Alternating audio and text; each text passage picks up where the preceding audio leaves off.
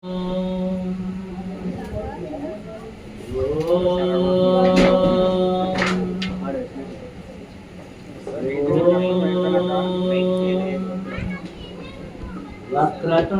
महाकाय कोटि सूर्य समप्रभा निर्विघ्नं कुरु मे देवा सर्वकार्येषु सर्वदा। गणानां त्वा गणपतिं हवामहे कविं कवीनाम् उपवस्तवस्तमं ज्येष्ठराज्यं ब्राह्मणास्पद आनशृण्वन् नोतिभिश्चिदशादनं श्रीमहागणाधिपतये नमः। ॐ नमस्ते शारदे देवी काश्मीरपुरवासिने त्वमाहं प्रार्थये नित्यं विद्याबुद्धिं च देहि मे। व्यासाय विष्णुरूपाय व्यासरूपाय विष्णवे नमो वै ब्रह्मनिधये वासिष्ठाय नमो नमः।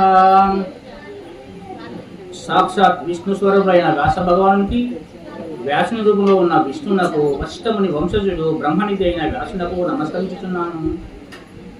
ఓం పార్థాయ ప్రతిబోధితాం భగవతా నారాయణేన స్వయం व्यासेन गदितां पुराणमुनिना मध्ये महाभारतम् अद्वैतामृतवर्षिणीं भगवतीम् अष्टादशाध्यायिनीम् अम्ब त्वामनुसन्दधामि भगवद्गीते भवद्वेषिणीम्।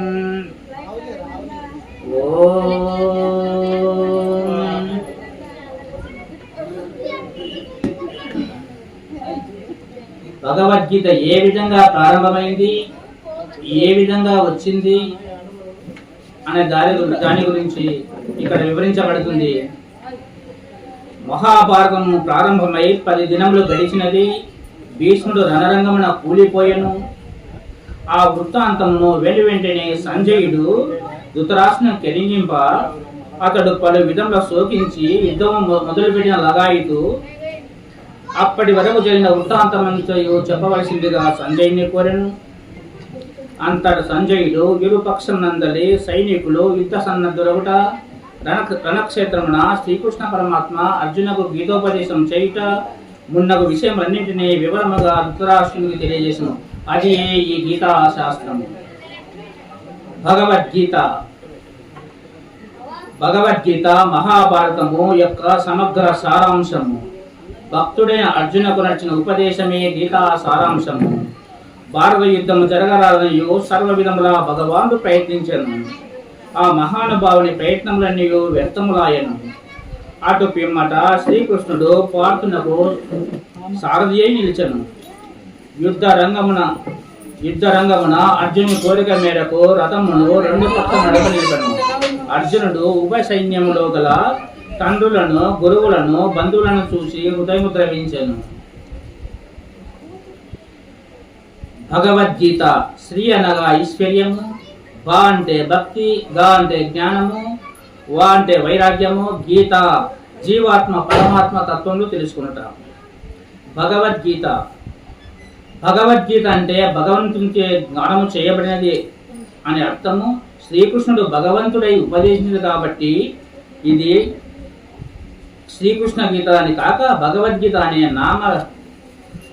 సార్థక నామధేయంతో ప్రఖ్యాతిగాంచింది. గీత ఉపనిషత్తులు అన్నింటి సారాంశంగా అవతరించింది. ఆదిశంకరుడు భజగోవిందం సూత్రములో భగవద్గీత విష్ణు సహస్రనామము నిత్యము గానం చేయదగినదిగా నిర్దేశించాడు. అందులో గీత ఏ కొంచెం పఠించినా, అలాగే గంగాజలాన్ని ఏమాత్రం పానం చేసినా అలాంటి వాళ్ళ జోలికి యముడు వెళ్ళడు అని భజగోవింద సూత్రం నొక్కి వక్కానిస్తుంది. అనగా గీతను పఠించే పుణ్యాత్ములు యమలోకాన్ని దర్శింపరనియు తాత్పర్యము. భూదేవి తన సంతానము ప్రారంభ కర్మ నుండి తరించే ఉపాయాన్ని తెలుపవలసిందని తన పతి అయిన శ్రీ మహావిష్ణువుకు ప్రార్థించింది. అందుకు సమాధానంగా శ్రీ స్వామివారు గీతను ధ్యానించవలసిందనియు ఉపాసించవలసిందనియు ఆదేశించాడు. కాబట్టి సమస్త మానవ జాతికి తరుణోపాయంగా భగవద్గీత వెలిసిందనేది సారాంశం.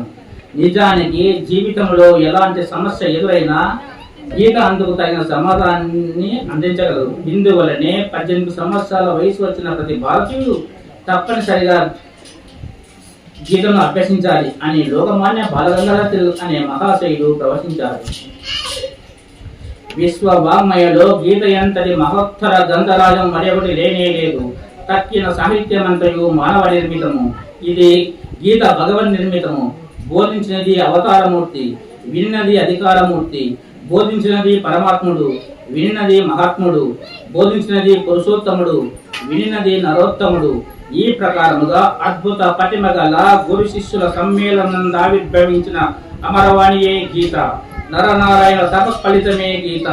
శ్రీకృష్ణార్జుల దివ్య సంసర్గ జనిత సంభాషణయే గీత.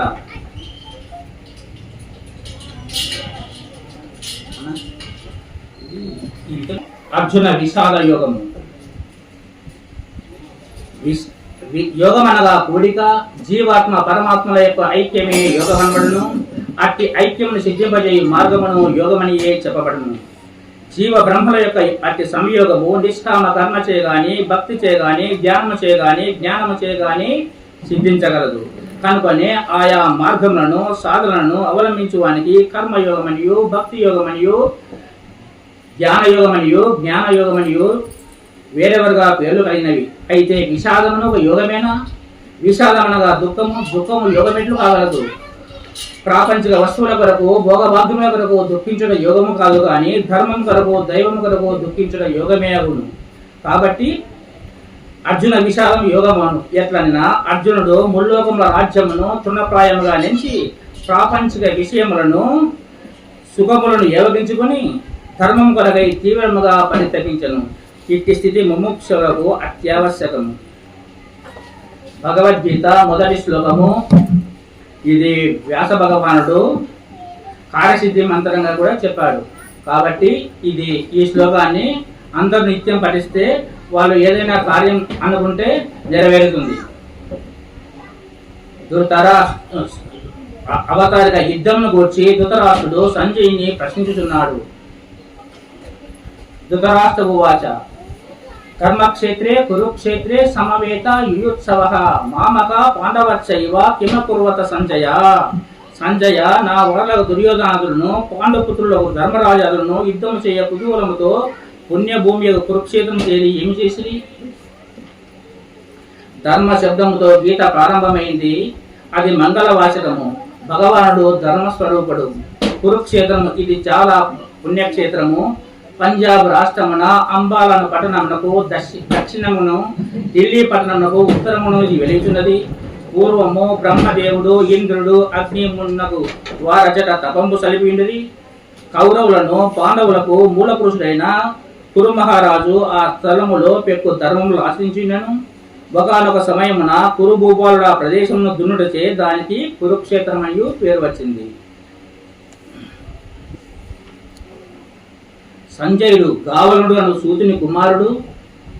సంజయుడు అతడు పరమశాంత స్వభావుడు, శిష్టాచార సంపన్నుడు. మహాభారత యుద్ధ సమయమున శ్రీ వేదవ్యాస భగవానుడు అతనికి దివ్యదృష్టిని ప్రసాదించను. సమ్యజ్జయము కలవాడే సంజయుడు. ధృతరాష్ట్రుడు రాష్ట్రమును ధరించిన వాడని, తనది కాని రాష్ట్రమును తనదని భావించువాడే ధృతరాష్ట్రుడు. శ్రీకృష్ణార్జునులు తమ శంఖమును ఊదని విషయమును తెలుపుచున్నాడు. తతః శ్వేతైర్యుక్తే మహతి సంజనే స్థితౌ మాధవః పాండవచ్చైవ దివ్యశంఖౌ ప్రదద్మతుః. తదనంతరము శ్వేతాశ్వమును పూర్చిన మహారథముపై ఆసీనులయ్యున్న శ్రీకృష్ణార్జునులు తమ దివ్య శంఖమును పూరించిరి. గీత యందు శ్రీకృష్ణ పరమాత్మ రంగం మీదికి వచ్చినది ఇచ్చటనే. తెల్లని గుర్రములతో కూడిన రథమును అధిరోహించి నరనారాయణుడు శ్రీకృష్ణార్జున రూపంలో ప్రత్యక్షమైంది. తెలుపుదనము సత్వగుణమును సూచించును. అర్జునకు ఆ దివ్య రథమును, గాంధీవమును అను ధనస్సును పూర్వము కాండవ దహనమునకు మెచ్చి అగ్నిదేవుడు ప్రసాదించను. కావున మహాశక్తివంతములైనవి. తెల్లని గుర్రములు 4ను గంధర్వరాజకు చిత్రరథుడు బహుమతిగా అనుసంగిన 100 గుర్రములలోనివి. అవి భూమి ఆకాశం ఎచ్చటనేను సంచరించగలవు. తెల్లని గుర్రములు 4 వేదములనియు, శ్రీకృష్ణార్జునులు పరమాత్మ జీవాత్మలనియు చెప్పుదురు.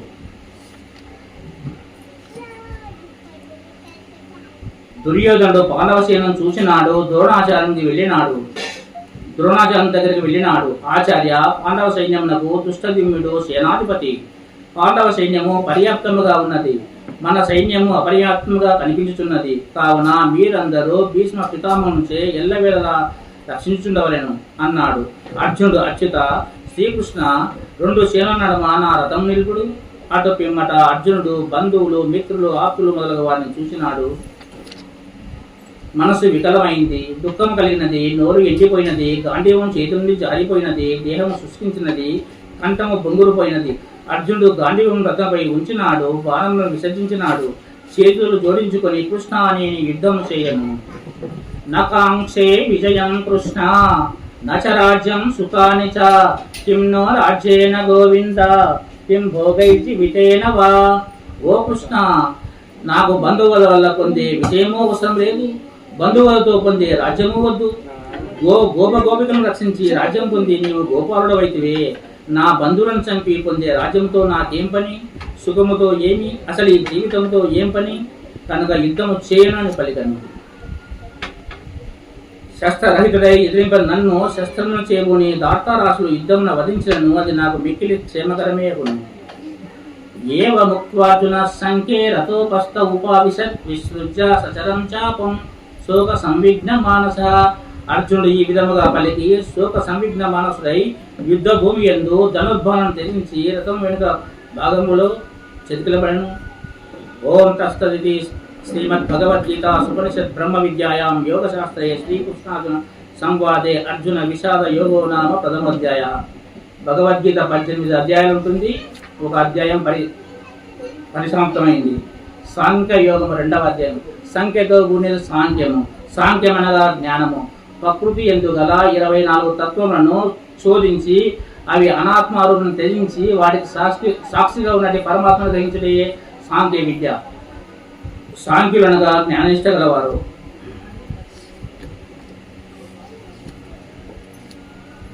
ఆత్మ ఎలా చంపబడదో సృష్టీకరించుతున్నాడు. నజాయతే మ్రియతే వా కదాచిత్ నాయం భూత్వ భావిత వానభుయః అజో నిత్యః శాశ్వతోయం పురాణో నహన్యతే హన్యమానే శరీరే. ఈ ఆత్మ ఎప్పుడునో పుట్టుట లేదు, చచ్చుట లేదు. ఇదివరకు లేకుండా మరలా కొత్తగా కలుగువాడు కాదు. ఇతడు జననమరణం లేనివాడు, శాశ్వతుడు, పురాతనుడు. శరీరం చంపబడినను ఇతడు చంపబడలేదు.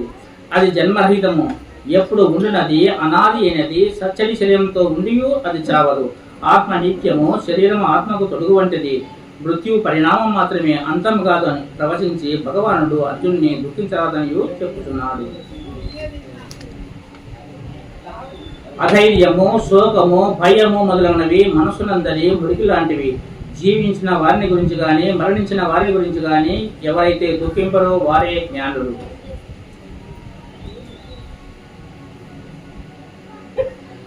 ధ్యాయతో విషయాన్ పుంసః సంగస్తే శుభజాయతే సంగా సంజాయతే కామః కామాత్ క్రోధోపి జాయతే. అనగా విషయ చింతన చేయనప్పుడు పురుషునకు ఆ విషయముల యందు ఆసక్తి ఏర్పడును. ఆసక్తి వలన ఆ విషయములను పొందుటకై కోరికలు కలుగును. ఆ కోరికలు తీరినప్పుడు క్రోధం ఏర్పడును. క్రోధోద్భవతి సమ్మోహ, సమ్మోహ స్మృతి విభ్రమ, స్మృతి భ్రంశ బుద్ధినాశో, బుద్ధినాశ ప్రణశ్యతి. అట్టి క్రోధం వలన వ్యామోహం కలుగును. దాని ప్రభావమున స్మృతి చిన్నాభిన్నమగును. స్మృతి చిన్నాభ్రష్టమైనందున బుద్ధి అనగా జ్ఞానశక్తి నశించును. బుద్ధి నాశనం వలన మనుజుడు తన స్థితి నుండి పతనమగును. ఎవడు సమస్తమైన కోరికలను, శబ్దాది విషయములను త్యజించి వాని ఎందే మాత్రం ఆశలేక అహంకార మమకార వర్జితుడై ప్రవర్తించును, అట్టివాడే శాంతిని పొందుతున్నాడు. ఏషా బ్రాహ్మీ స్థితి పార్త నైనం ప్రాప్య విముఖ్యతి, స్థిత్వాస్యమంతకాలేపి బ్రహ్మ నిర్వాణం వృక్షతి. ఓ అర్జున, ఇది బ్రహ్మస్థితి, బ్రాహ్మీ స్థితి. ఇది ఈ బ్రాహ్మణ స్థితిని పొందిన యోగి ఎన్నడూను మోహితుడు కాడు. అంత్యకాలనందు కూడా ఈ బ్రాహ్మీ స్థితి యందు స్థిరముగా ఉన్నవాడు బ్రహ్మానందమును పొందును. 2వ అధ్యాయము సమాప్తం. 3వ అధ్యాయము కర్మయోగము. లోకమున కర్మ చేయక ఏ జీవియు ఉండలేదు. వారికి నియతములైన కర్మలను వారు తప్పక నిష్కామ బుద్ధితో ఆచరింపవలేను. తమ విదుక్త కర్మమును ఫలాపేక్ష లేక ఈశ్వరార్పణ బుద్ధితో గావించవలేను. ఆయా కార్యములను మనుషుడు ఎందులో ఆచరించవలేను, వారిని ఆచరించుకోగలుగు ఉపకారం ఏదియో, ఏ కర్మ బంధమును కలిగించునో, ఏ కర్మ ముక్తికి దారితీయునో, ఈ ప్రకారముగా కర్మకు సంబంధించిన వివిధ విషయములు విపులముగా వివరించబడిన అధ్యాయం ఒకటి దీనికి కర్మయోగమనియు పేరు పెట్టబడినది. ఛాయసి చేత్కర్మనస్తే మతాబుద్ధి జనార్దన తత్యం కర్మాని ఘోరేమాం నియోజేసి కేశవ. అర్జునుడు పలికిన, ఓ జనార్దన కేశవ, నీ అభిప్రాయం బట్టి కర్మ కంటెను జ్ఞానమే శ్రేష్టమైనచో భయంకరమైన ఈ యుద్ధ కార్యమునందు నన్ను ఎలా వినియోగిస్తున్నావు? భగవానుడు పలికను అన్న అర్జున, ఈ లోకంలో 2 నిష్ఠలు కలవని ఇంతకుముందే చెప్పించుని, వానిలో సాంఖ్య యోగులకు జ్ఞానయోగం ద్వారా, యోగులకు కర్మయోగం ద్వారా నిష్ఠ కలుగును. ఓ అర్జున, నీవు శాస్త్రముదే నియమితులైన కర్మను చేయము, మరియు కర్మ చేయకపోవడం వలన నీకు దేహయాత్ర కూడా సిద్ధించను. అన్నాద్భవంతి భూతాని పర్జన్యాదన్న సంభవః, యజ్ఞాద్భవతి పర్జన్యో యజ్ఞః కర్మ సముద్భవః. కర్మ బ్రహ్మోద్భవం విద్ధి బ్రహ్మాక్షర సముద్భవం, తస్మా సర్వగతం బ్రహ్మ నిత్యే యజ్ఞం ప్రతిష్ఠితం. ప్రాణులు అన్నం వలన కలుగుచున్నవి, అన్నము మేఘం వలన కలుగుచున్నది, మేఘము యజ్ఞం వలన కలుగుచున్నది, యజ్ఞము సత్కర్మ వలన కలుగుచున్నది, సత్కర్మ వేదం వలన కలుగుచున్నది. కాబట్టి సర్వ వ్యాపకము బ్రహ్మము నిరంతరము యజ్ఞం నందు ప్రతిష్ఠితమైన దానిగా ఎరుంగము. కర్మన్నైవ సంసిద్ధిం అస్థితా జనకాదయః, లోక సంగ్రహమేవాపి సంపశ్యాన్ కర్తుమర్హసి. జనకుడు మొదలగు జ్ఞానులు కూడా ఆసక్తి రహితముగా కర్మలను ఆచరించడం వలన పరమసిద్ధిని పొందిరి. కావున నీవును లోకహితార్థమై కర్మను ఆచరించుటే సముచితం. జనకుడు అనేవాడు రాజు. ఆ రాజ్యం చేసుకుంటూ కర్మ చేసుకుంటూ పరమాత్మని కైవల్యం పొందినాడు. నువ్వు కూడా చెయ్యి అంటున్నావు. అంతర్యామి పరమాత్మను అయిన నా ఎందే నీ చిత్తమును ఉంచి కర్మను నాకే అర్పించి ఆశ మమత సంతాలను వీడి యుద్ధం చేయము.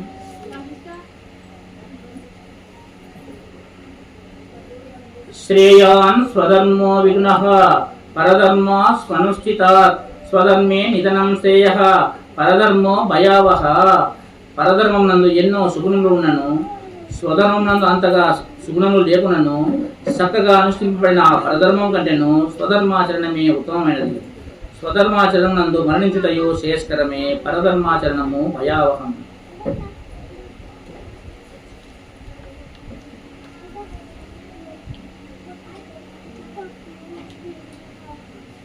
ఏవం బుద్ధే పరం బుద్ధ్వా సంస్తభ్యాత్మానమాత్మనా జహీ శత్రుం మహాబాహో కామరూపం దురాసదం. ఓ మహాబాహో, బుద్ధి ద్వారా మనసును వశపరుచుకొని దుర్జీయ శత్రువైన కామమును నిర్మూలింపుము. 3వ అధ్యాయము సమాప్తం. 4వ అధ్యాయము జ్ఞానయోగము. జ్ఞాన సంబంధమైన విచారణ ఇండుట చేతను జ్ఞాన తపస్సు, జ్ఞాన యజ్ఞము, జ్ఞాన నౌక, జ్ఞాన అగ్ని, జ్ఞాన ఖడ్గము మున్నగు వారిని గూర్చి ప్రస్తావింపబడుట చేతను, అధ్యాత్మ జ్ఞానమునందు మహిమ విశేషముగా చెప్పుట చేతను, అట్టి జ్ఞానం ఎవరికి ఎట్లు లభించును చక్కగా విశదీకరింపబడుట చేతను, ఈ ప్రకారముగా జ్ఞానమునకు సంబంధించిన విషయంలో ఎక్కువగా వర్ణింపబడి ఉండటం వలన దీనికి జ్ఞానయోగమనియు చెబురు. జ్ఞానయోగం అనగా చెడును వదిలి మంచి దాన్ని తీసుకొని భగవంతుని ధ్యానించు చేయు పనిని జ్ఞానయోగం అందరు. ఎవరు దేనిని ఆశించారో మరియు మంచి పనులు చేసి మోక్షం పొందాలనే కోరిక ఉన్నప్పుడు జ్ఞానయోగమునకు అర్హత కలవారవుతుంది. తాను జన్మించుటకు కారణములను 2 శ్లోకముల ద్వారా పరమాత్మను చెప్పుచున్నాడు. యదా యదాహి ధర్మస్య గ్లానిర్భవతి భారత అభ్యుత్థానమధర్మస్య తదాత్మానం సృజామ్యహం.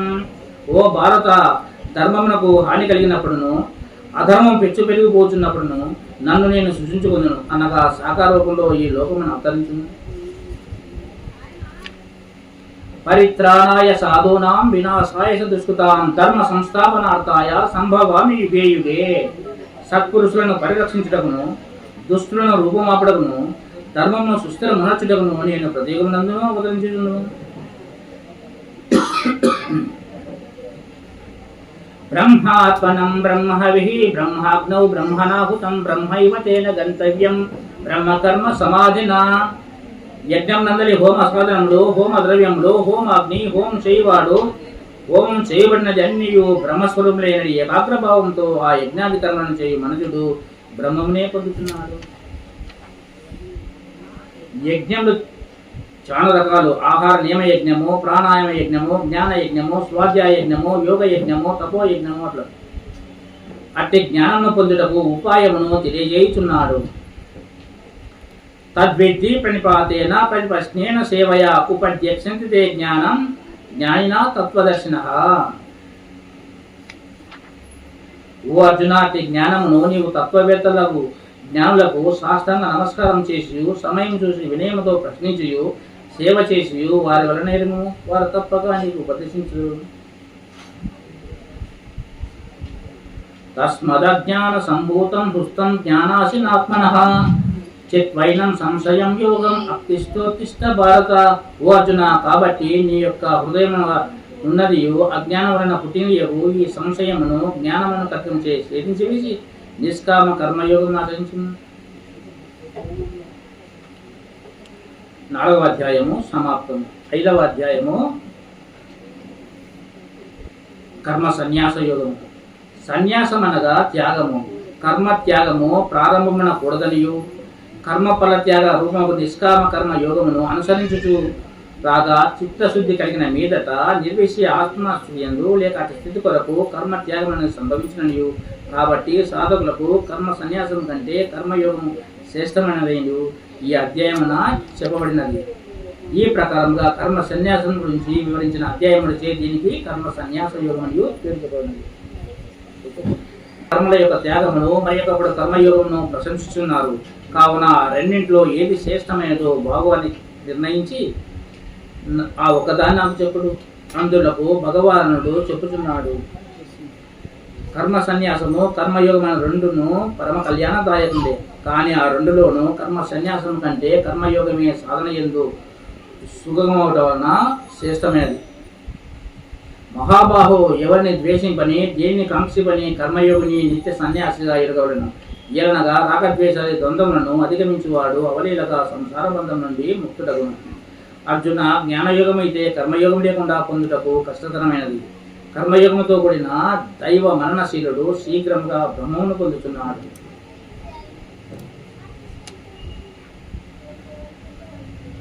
జ్ఞానుల యొక్క సమదృష్టిని వర్ణించుచున్నాడు. విద్యా వినయ సంపన్నే బ్రాహ్మణే గవిహస్తిని సునీ చైవ స్వపాకైచ పండిత సమదర్శినః. జ్ఞానులు విద్యా వినయ సంపన్నైన బ్రాహ్మణి ఎందును, గోవు, ఏనుగు, కుక్క మొదలగు వాని ఎందును, చండాలుని ఎందును సమదృష్టిని కలిగిందురు. ఈ శరీరమును విడవ ముందు అనగా జీవించుండగానే కామ క్రోధాదులను ఉద్వేగములను అదుపులో ఉంచుకొనగలవాడే సాధకుడే నిజమైన సుఖీ యోగి. ఎవడు లోన ఆత్మయందే సుఖించుచు, ఆత్మయందే క్రీడించుచు, ఆత్మయందే ప్రకాశం గలవాడయుండునో అట్టివాడు మోక్షమును పొందును. భోక్తారం యజ్ఞ తపసాం సర్వలోక మహేశ్వరం సుహృదం సర్వభూతానాం జ్ఞాత్వా మాం శాంతి మృచ్చతి. యజ్ఞముల యొక్కయు తపస్సుల యొక్కయు సమస్త లోకముల యొక్కయు ఈశ్వరుడుగాను సమస్త ప్రాణుల యొక్క హితగాను మనుజుడు శాంతిని పొందుతున్నాడు. 5వ అధ్యాయము సమాప్తం.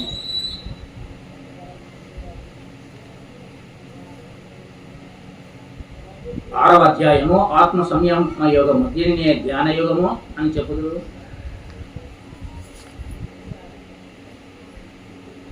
అనాశ్రితః కర్మఫలం కార్యం కర్మ కరోతి యః స సన్యాసీ చ యోగి చ ననిరగ్నిర్న చాక్రియః. ఎవడు చేయవలసిన కర్మలను ఫలాపేక్ష లేకుండా చేయును అతడే సన్యాసియు యోగియోగును. అంతేగాని అగ్నిహోత్రను వదిలినవాడు కానీ కర్మలను విడిచినవాడు కానీ సన్యాసియు యోగియు ఎన్నటికీ కాయరడు. యోగియుంజిత సతతం ఆత్మానం రహసి స్థితః ఏకాకీయత చిత్తాత్మా నిరాశీత పరిగ్రహః. ధ్యానయోగం అభ్యసించు యోగి ఏకాంత ప్రదేశమున ఒంటరిగా నున్నవాడై మనస్సును దేహేంద్రియమును స్వాధీనమరుచుకొని ఆశ లేనివాడు ఊళ్ళ నుండి ఏమీ స్వీకరింపక ఎల్లప్పుడూ మనస్సును ఆత్మయందే నెలకొల్పుచుండవలేను. ధ్యానయోగం ఎట్లా చేయాలంటే పరిశుభ్రమైన ప్రదేశమున దర్భాసనము లేక కంబలిని లేక అదంతా చనిపోయిన జింక చర్మము కానీ వస్త్రముపై ఒకదానిపై ఒకటి పరిచి అంత ఎక్కువగా కానీ తక్కువగా కానీ కాకుండా సమానమైన ఎత్తులో స్థిరమైన స్థానమును ఏర్పరచుకున్నవాడని. ఆ ఆసనంపై కూర్చొని జితేంద్రియ వ్యాపారములను వశంనందించుకొని ఏకాగ్రత గల మనస్సుతో అంతఃకరణ శుద్ధికై ధ్యానయోగమును సాధన చేయవలెను. శరీరమును మెడను శిరస్సును నిటారంగా నిశ్చలముగా స్థిరముగా నుంచి చూపులను ఏ దిక్కున కొనియక తన నాసికాగ్ర భాగమునందే దృష్టి నిలపవలను. ధ్యానయోగి ప్రశాంత చిత్తుడై బ్రహ్మచర్య వ్రతమును పాటించుచు మనోనిగ్రహముతో మత్పరాండై నిశ్చలైండవలను. మనోనిగ్రహశాలి అయిన యోగి నిరంతరము పరమేశ్వరునైన నా స్వరూపునందే లగ్నమునర్చి నాయందే పరమానందమును పరాకాష్ఠరూపమైన శాంతిని పొందుచున్నాడు.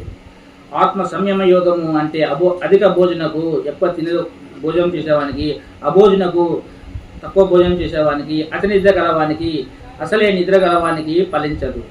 మితాహార విహార నిద్రయు జాగృతుడైన వానికి ఈ యోగము దుఃఖమును పోగొట్టును.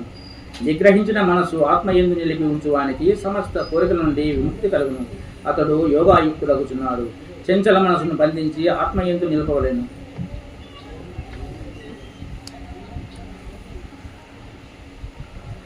ఇక్కడ మనస్సు అనే అర్థం యమ అంటే చక్కగా స్వాధీనంలో ఉంచుకోవడం, సంయమ అంటే పూర్తిగా మనసును కైవసం చేసుకోవడం.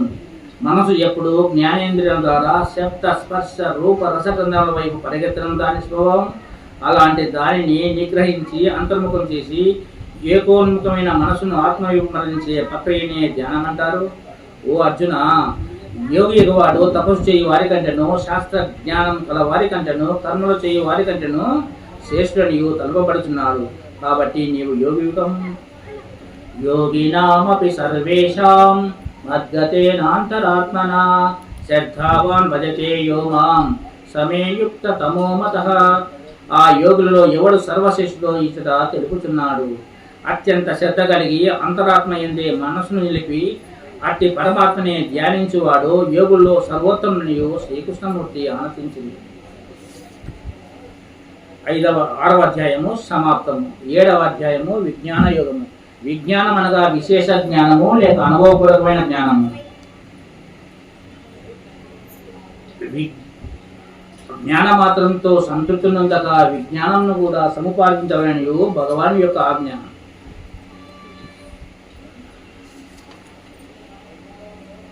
శ్రీ భగవానువాచ మయ్యాసక్త మానః పార్థ యోగం కించన్ మదాశ్రయః అసంశయం సమగ్రం మాం యథా జ్ఞాస్యసి తస్సును. ఓ అర్జున, నాయందు ఆసక్తి గల మనసు కలిగి నన్ను ఆశ్రయించి యోగంను ఆచరించుచు నిస్సందేహంగా సంపూర్ణంగా నన్ను తెలుసుకొనగలవు దానిని చెప్పేదని వినుము. మనస్సు ఒక తాచి లైట్ వంటిది. దాన్ని దృశ్యం వైపు తిప్పినచో దృశ్య పదార్థంలో గోచరించును, అంతర్ముఖంగా తిప్పినచో ఆత్మవస్తువు గోచరించును. పరమాత్మ గురించి తెలుసుకున్న వారు లోకంలో చాలా అరుదనియో చెప్పుచున్నారు. మనుష్యానాం సహస్రేషు కచ్చిద్యాదతి సిద్ధయే యతతామపి సిద్ధానాం కచ్చిన్మాం వేటి తత్వతః. అనేక వేల మంది మనుషులలో ఏ ఒకానొకడో మోక్ష సిద్ధిగా యత్నించుచున్నాడు. అట్లు యత్నించు వారైన అనేక మందిలో ఏ ఒకానొకడు మాత్రమే వాస్తవముగా నన్ను తెలుసుకొనగలుగుతున్నాడు.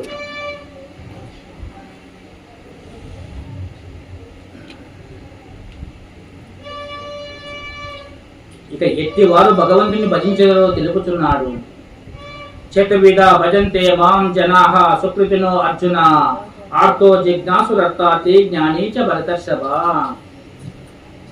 ఓ భరత శ్రేష్ఠ అర్జున, శుభకర్మను ఆచరించువాడు, సుఖదంపలను కోరువాడు, శారీరక మానసిక సంతాపంలో గురైన వాడు, పరమాత్మ తత్వ జ్ఞానము పొందుటకు ఇచ్చగలవారు అను చతుర్విధ జ్ఞానులు నన్ను భజించుడు నలుగురు.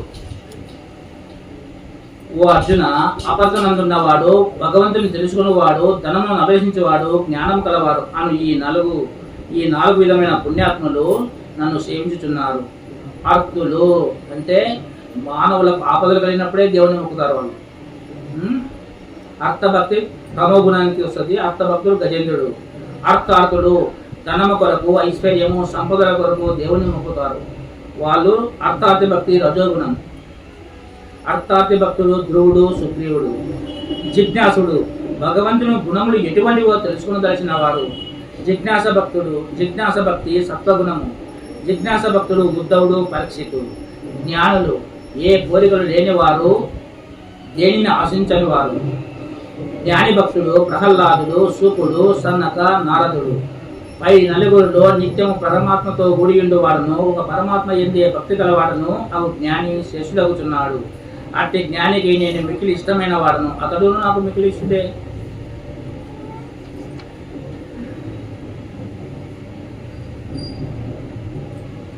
చరామరణ మోక్షాయ మమాసిత్య యతంతి ఏ తే బ్రహ్మ తద్విదుః కృష్ణం అధ్యాత్మం కర్మ చాకిలం.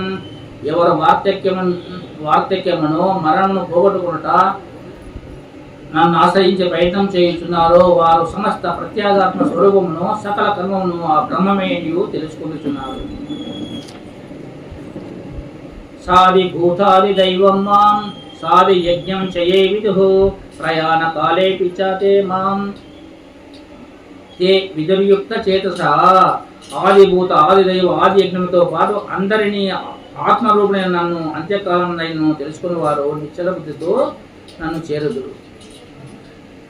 నశించు పదార్థమే ఆదిభూతం అనబడను. విరాట్ పురుషుడు లేక హిరణ్య గర్భుడే ఆదిదైవతం అనబడను. ఈ దేహమందు నేనే అంటే పరమాత్మనే ఆది యజ్ఞుడు అనబడను. 7వ అధ్యాయము సమాప్తం. 8వ అధ్యాయము అక్షర పరబ్రహ్మ యోగము. అక్షరం అనగా నశించినది, అక్షరం అనగా నాశరహితమైనది. నాశరహితము పరబ్రహ్మను గురించి బోధించు అధ్యాయం అంటే దీనికి అక్షర పరబ్రహ్మ యోగం అని చెప్పుదు. అర్జునుడు అడుగుతున్నాడు ఏమని? కిం తద్బ్రహ్మ కిం అధ్యాత్మం కిం కర్మ పురుషోత్తమ ఆదిభూతం చ కిం ప్రోక్తం ఆది దైవం కిముచ్యతే.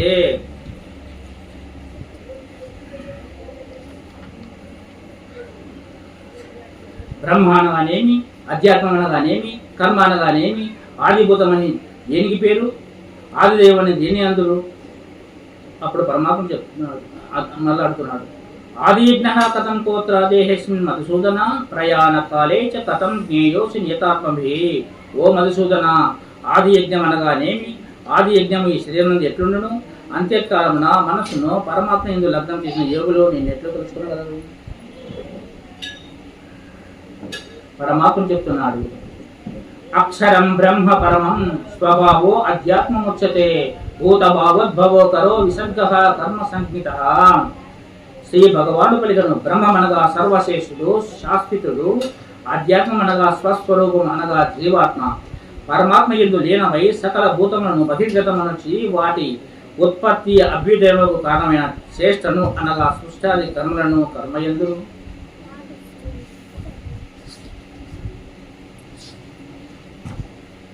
నశించు పదార్థమే ఆదిభూతం అనబడను. విరాట్ పురుషుడు లేక హిరణ్య గర్భుడే ఆదిదేవతం అనబడను. ఈ దేహమందు నేనే ఆది యజ్ఞుడు అనబడను. ఎవడు మరణకాలమందు కూడా నన్నే స్మరించుచు శరీరమును విడిచిపోతున్నాడో అతడు నా స్వరూపమును పొందుతున్నాడు. మనుషుడు అవసాన దశ ఎందు ఏ ఏ భావమును స్మరించుచు దేహత్యాగం చేయునో మరో జన్మలో ఆయా స్వరూపమునే పొందును. ఏలనగా అతడు సర్వదా దాన్నే స్మరించుచున్నాను. కవిం పురాణ మనుషాసితారం అనోరణీయాంస మనుస్మరేద్యః సర్వస్య దాతరా మాచింత్య రూపం ఆదిత్య వర్ణం తామసః పరస్తాత్. సర్వజ్ఞుడును సనాతనును అందరినీ శాసించువాడును అణువు కంటేను సూక్ష్మమైన వాడును అందరినీ పోషించువాడును అచింత్య రూపుడును సూర్యుని వలె నిత్య చేతన ప్రకాశ రూపుడును అజ్ఞానంద కారణము పారదోడు వాడును అయిన సచ్చిదానంద ఘన పరమేశ్వరుని స్మరించువాడు.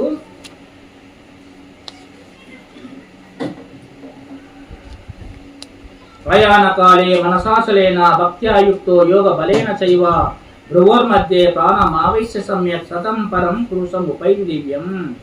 అట్టి పరమభక్తుడు అంత్యకాలం నందు యోగ బలముచే భృగుడి మధ్యమున ప్రాణమును స్థిరముగా నిలిపి నిశ్చలమైన మనస్సుతో స్మరించుచు దివ్య స్వరూపుడును పరమ పురుషుడైన పరమాత్మనే చేరును.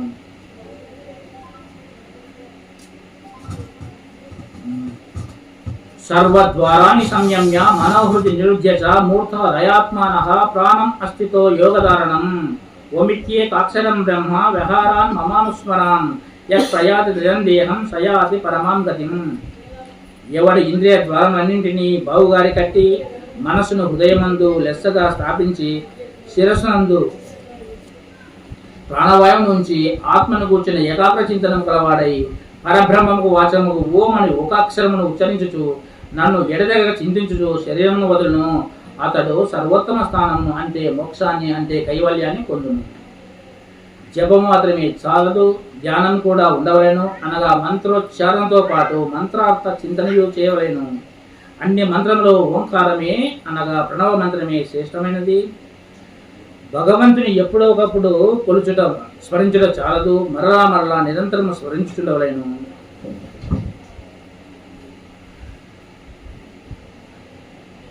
బ్రహ్మకు పగులు అయినప్పుడు సకల భూతములు ఉద్భవించును, రాత్రి అయినప్పుడు అంతరించును. అగ్ని జ్యోతి పగలు శుక్లపక్షమున అంటే పూర్ణిమ లేదా వెలుగు, ఉత్తరాయణమును 6 నెలల్లో వెళ్ళిన వారు బ్రహ్మమును పొందురు. ధూమము రాత్రి కృష్ణపక్షము దక్షిణాయనందలి 6 నెలల్లో వెళ్ళిన వారు చంద్రలోకం వెళ్ళి పునర్జన్మనెత్తుదురు. వెలుగు చీకటి మార్గంలో జగత్తునందు శాశ్వతముగా ఉన్నవి. మొదటిది జన్మరాహిత్యమును, రెండవది పునర్జన్మను కలిగించును. ఈ విషయము తెలిసిన యోగి యజ్ఞము తపము దానము వలన కలుగు ఫలితమును అధిగమించి ఆద్యము ఉత్కృష్టమైన పదమును అంటే మోక్షమును అంటే కైవల్యమును చేరును. ఇదివరకే ముక్తి 2 రకాలుగా చెప్పబడింది, క్రమముక్తి, జీవన్ముక్తి. ఈ క్రమముక్తిలో కూడా బ్రహ్మలోకం చేరి బ్రహ్మతో కూడా పూర్ణత్వం పొందేవారు ఒక రకము. చనిపోయిన తర్వాత ఊర్ధ్వలోకాలకు వెళ్ళి మరలా మానవ జన్మనితి సాధన ప్రారంభిస్తారు. వీరిద్దరి గురించి చెప్పడమే ఉత్తరాయణము, దక్షిణాయనము మార్గాలు. అంతేగాని సంక్రాంతి నుండి 6 నెలలు ఉత్తరాయణమనియు కాలమనియు మనం మామూలుగా అనుకునే విషయం కాదు ఇది. ఈ 2 మార్గంలో పయనించేవారు యోగులనే పిలువబడ్డారు. ఆయనం అంటే మార్గమని అర్థము. ఉత్తరాయణ శబ్దము ఉత్ అనే ధాతువు నుండి వచ్చింది. ఉత్ అంటే ఉత్తరించేది. యోగి యొక్క సర్వోన్నత స్థితిని, యోగం యొక్క అపార ఫలితమును తెలియజేయుచున్నాడు. వేదేషు యజ్ఞేషు తపస్సైవ దానేషు యత్పుణ్య ఫలం ప్రతిష్టం అత్యేత సర్వమిదం విదిత్వా యోగి పరం స్థానముపైతి చాద్యం. యోగి అయిన వాడు దీనిని అక్షర పరబ్రహ్మతత్వమును మున్నగు వాణి ఎరింగి వేదములందును, యజ్ఞములందును, దానములందును, తపస్సులందును ఏ పుణ్యఫలము చెప్పబడినదో దానంతను అతిక్రమించుతున్నాడు. దాని మించిన పుణ్యఫలమును పొందుచున్నాడు మరియు అనాదియకు సర్వోత్తమ స్థానమును పొందుచున్నాడు. ఓం తత్సదితి శ్రీమద్భగవద్గీత ఉపనిషత్ బ్రహ్మ విద్యాయాం యోగశాస్త్రే శ్రీకృష్ణార్జున సంవాదే అక్షర పరబ్రహ్మ యోగో నామ 8వ అధ్యాయ. 9వ అధ్యాయము రాజవిద్య రాజగుహ్య యోగము. రాజవిద్య 9వ అధ్యాయము రాజవిద్య రాజగుహ్య యోగము. రాజు పదము శ్రేష్టత్వమును సూచించును. రాజవిద్య అనగా విద్యలో గల శ్రేష్టమైనదియు, రాజగుహ్యం అనగా రహస్యంలో గల పరమ రహస్యమైనదియు అయ్యుండటం వలన ఈ అధ్యాయమునకు రాజవిద్య రాజగుహ్య యోగం పేరు వచ్చినది.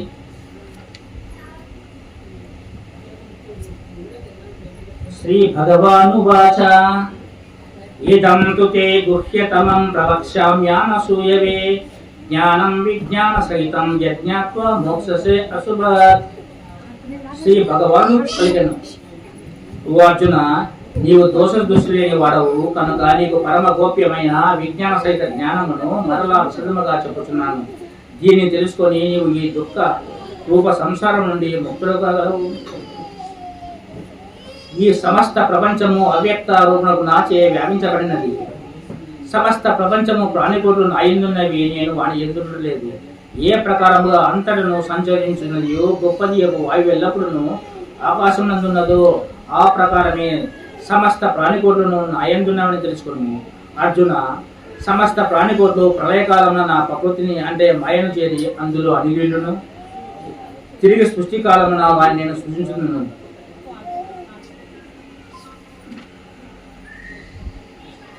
ఓ అర్జున, సృష్టాది కర్మల యందు తగులుకుని వాడనై సాక్షిభూతుడనై ఉన్నట్టు నన్ను ఆ కర్మలేవి బంధింపనేరు.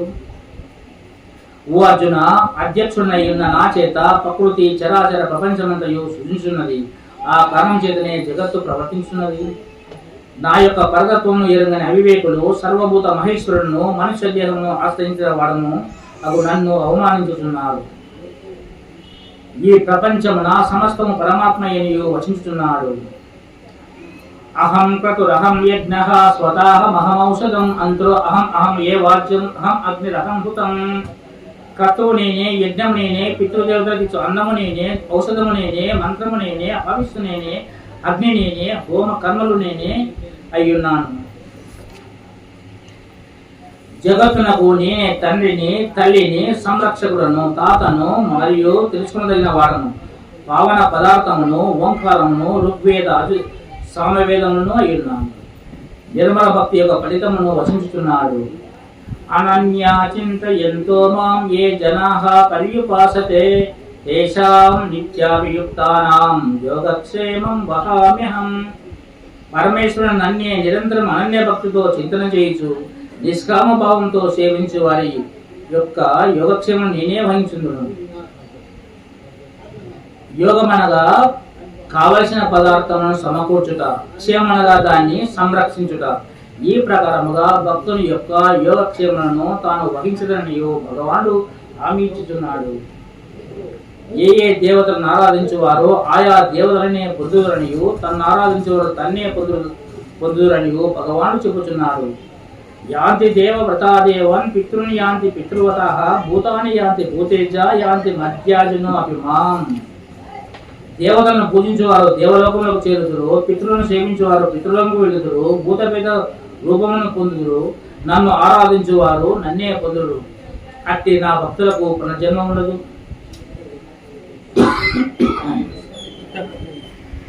పత్రం పుష్పం ఫలం తోయం యో మే భక్త ప్రయచ్చతి తదహం భక్తు ప్రభుతం అస్నామి ప్రయతాత్మనః.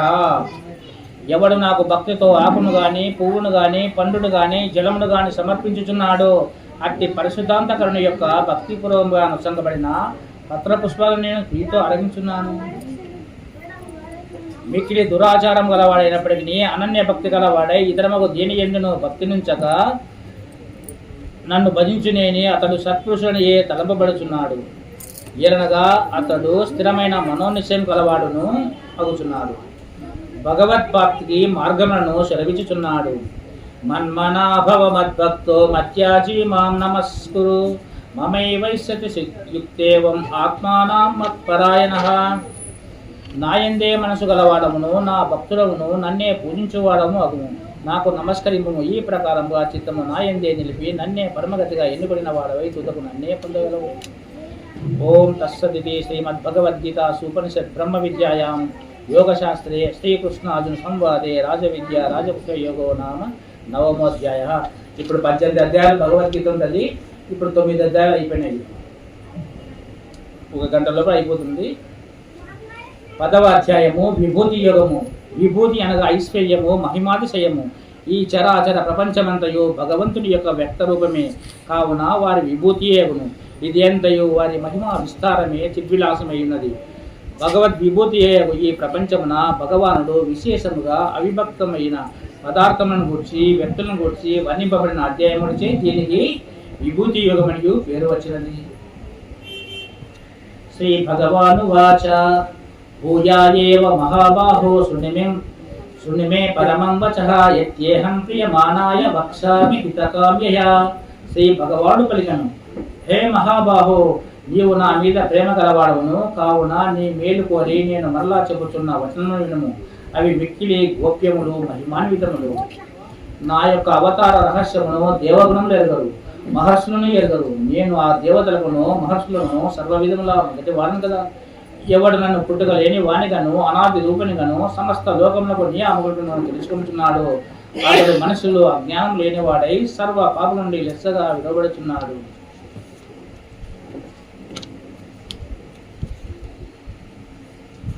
ఆదిత్యానామహం విష్ణుః జ్యోతిషాం రవిరంశుమాన్ మరీచి మరుతామస్మి నక్షత్రానామహం శశి. అదితి యొక్క ద్వాదశ పుత్రులైన ఆదిత్యులలో విష్ణు అనేవాడను. జ్యోతిర్మయ స్వరూపంలో నేను సూర్యుడను. 49 మంది వాయుదేవులను తేజమును నేను. నక్షత్రాధిపతి అయిన చంద్రుడు నేను. వేదంలో సామవేదమును, దేవతలో ఇంద్రుడను, రుద్రులో శంకరుడను, యక్షులలో కుబేరుడను, పర్వతంలో మేరుపర్వతమును, వసులలో అగ్నిను అతడే, మహర్షులలో బృహమర్షియు, వాకులలో ప్రణవమును, యజ్ఞంలో జపయజ్ఞమును, స్థిరమైన వారిలో హిమాలయ పర్వతము అతడే. వస్తు వేడియు భగవంతుని కన్నా లేనే లేదు. నేనే సకల భూతములకు బీజమును, సకల చరాచర జగత్తునకు నేను కానిది లేనే లేదు. దివ్యములైన విభూతులకు అంతము లేదు. ఈ ప్రపంచమున ఐశ్వర్యయుక్తమైనది, కాంతివంతమైనది, ఉత్సాహంతో ఉండేది, శక్తివంతమైనది వస్తువు లేక ప్రాణి ఏదేది కలదో అది నా దేశ యొక్క అంశం వలన కలిగిన దాని లేదు. అతవాబకునైతేన కిం జ్ఞాతేన తవార్జున విస్తవ్యాహమిదం కృష్ణం ఏకాంశేన స్థో జగత్. అర్జున, లేక ఈ విస్తారమైన ఈ విభూతి జ్ఞానం చే నీకేమి ప్రయోజనం? నేను ఈ జగత్తును ఒక అంశం చేతనే వ్యాపించి ఉన్నాను. 10వ అధ్యాయము సమాప్తం.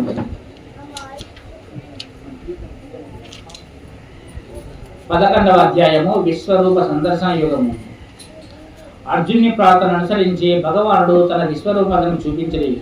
ఈ అధ్యాయం నందలి ఎక్కువ భాగము ఆ విశ్వరూపం యొక్క వర్ణలతోనూ అట్టి విశ్వరూప యొక్క భగవానునకు అర్జునుడు గావించిన స్తోత్రములతోనూ కూడి ఉండటం బట్టి సాక్షాత్ భగవాను యొక్క విశ్వరూప సందర్శనము అర్జునకు లభించిన అధ్యాయముడి చేతను దీనికి విశ్వరూప సందర్శన యోగమడియు పేరు వచ్చినది. అర్జునుడు అడుగుతున్నాడు, మదనుగ్రహయ పరమం గృహ్యమధ్యాత్మ సంజ్ఞితం యత్వాయోక్తం వచస్తేన మోహోయం విగతో మమ. అర్జునుడు చెప్పాను, ఓ కృష్ణమూర్తి, నన్ను అనుగ్రహించుట కొరకై సర్వోత్తమై రహస్యమై అధ్యాత్మను పేరు కలిసి ఏ వాక్యమును మీరు చెప్పితురో దానిచే నా అజ్ఞానం పూర్తిగా తొలగిపోయినది. ఏలనగా కమల నేత్రులకు కృష్ణ, మీ వలన ప్రాణుల యొక్క ఉత్పత్తి వినాశనం గురించి మీ యొక్క మహిమను గురించి సవిస్తరముగా వింటిని. ఓ పరమేశ్వర, మేము గూర్చి మీరు చెప్పినదంతయు సరి అని నేను విశ్వసిస్తున్నాను. ఓ పురుషోత్తమ, మీ యొక్క ఈశ్వర సంబంధమైన విశ్వరూపమును నేను ఇప్పుడు చూడదలుచున్నాను. ప్రభు, ఆ విశ్వరూపమును చూచుటకు నాకు సాధ్యమవునని మీరు తలంతులేని ఓ యోగీశ్వర, నా సహితమైన ఆ విశ్వరూపం నాకు చూపుడి. తన ప్రియ భక్తుడకు అర్జునునికి ప్రార్థనను విని శ్రీకృష్ణమూర్తి 3 శ్లోకముల ద్వారా తన విశ్వరూపమును వర్ణించి చెప్పుచు దాన్ని అవలోకింపని చెప్పుచున్నాడు.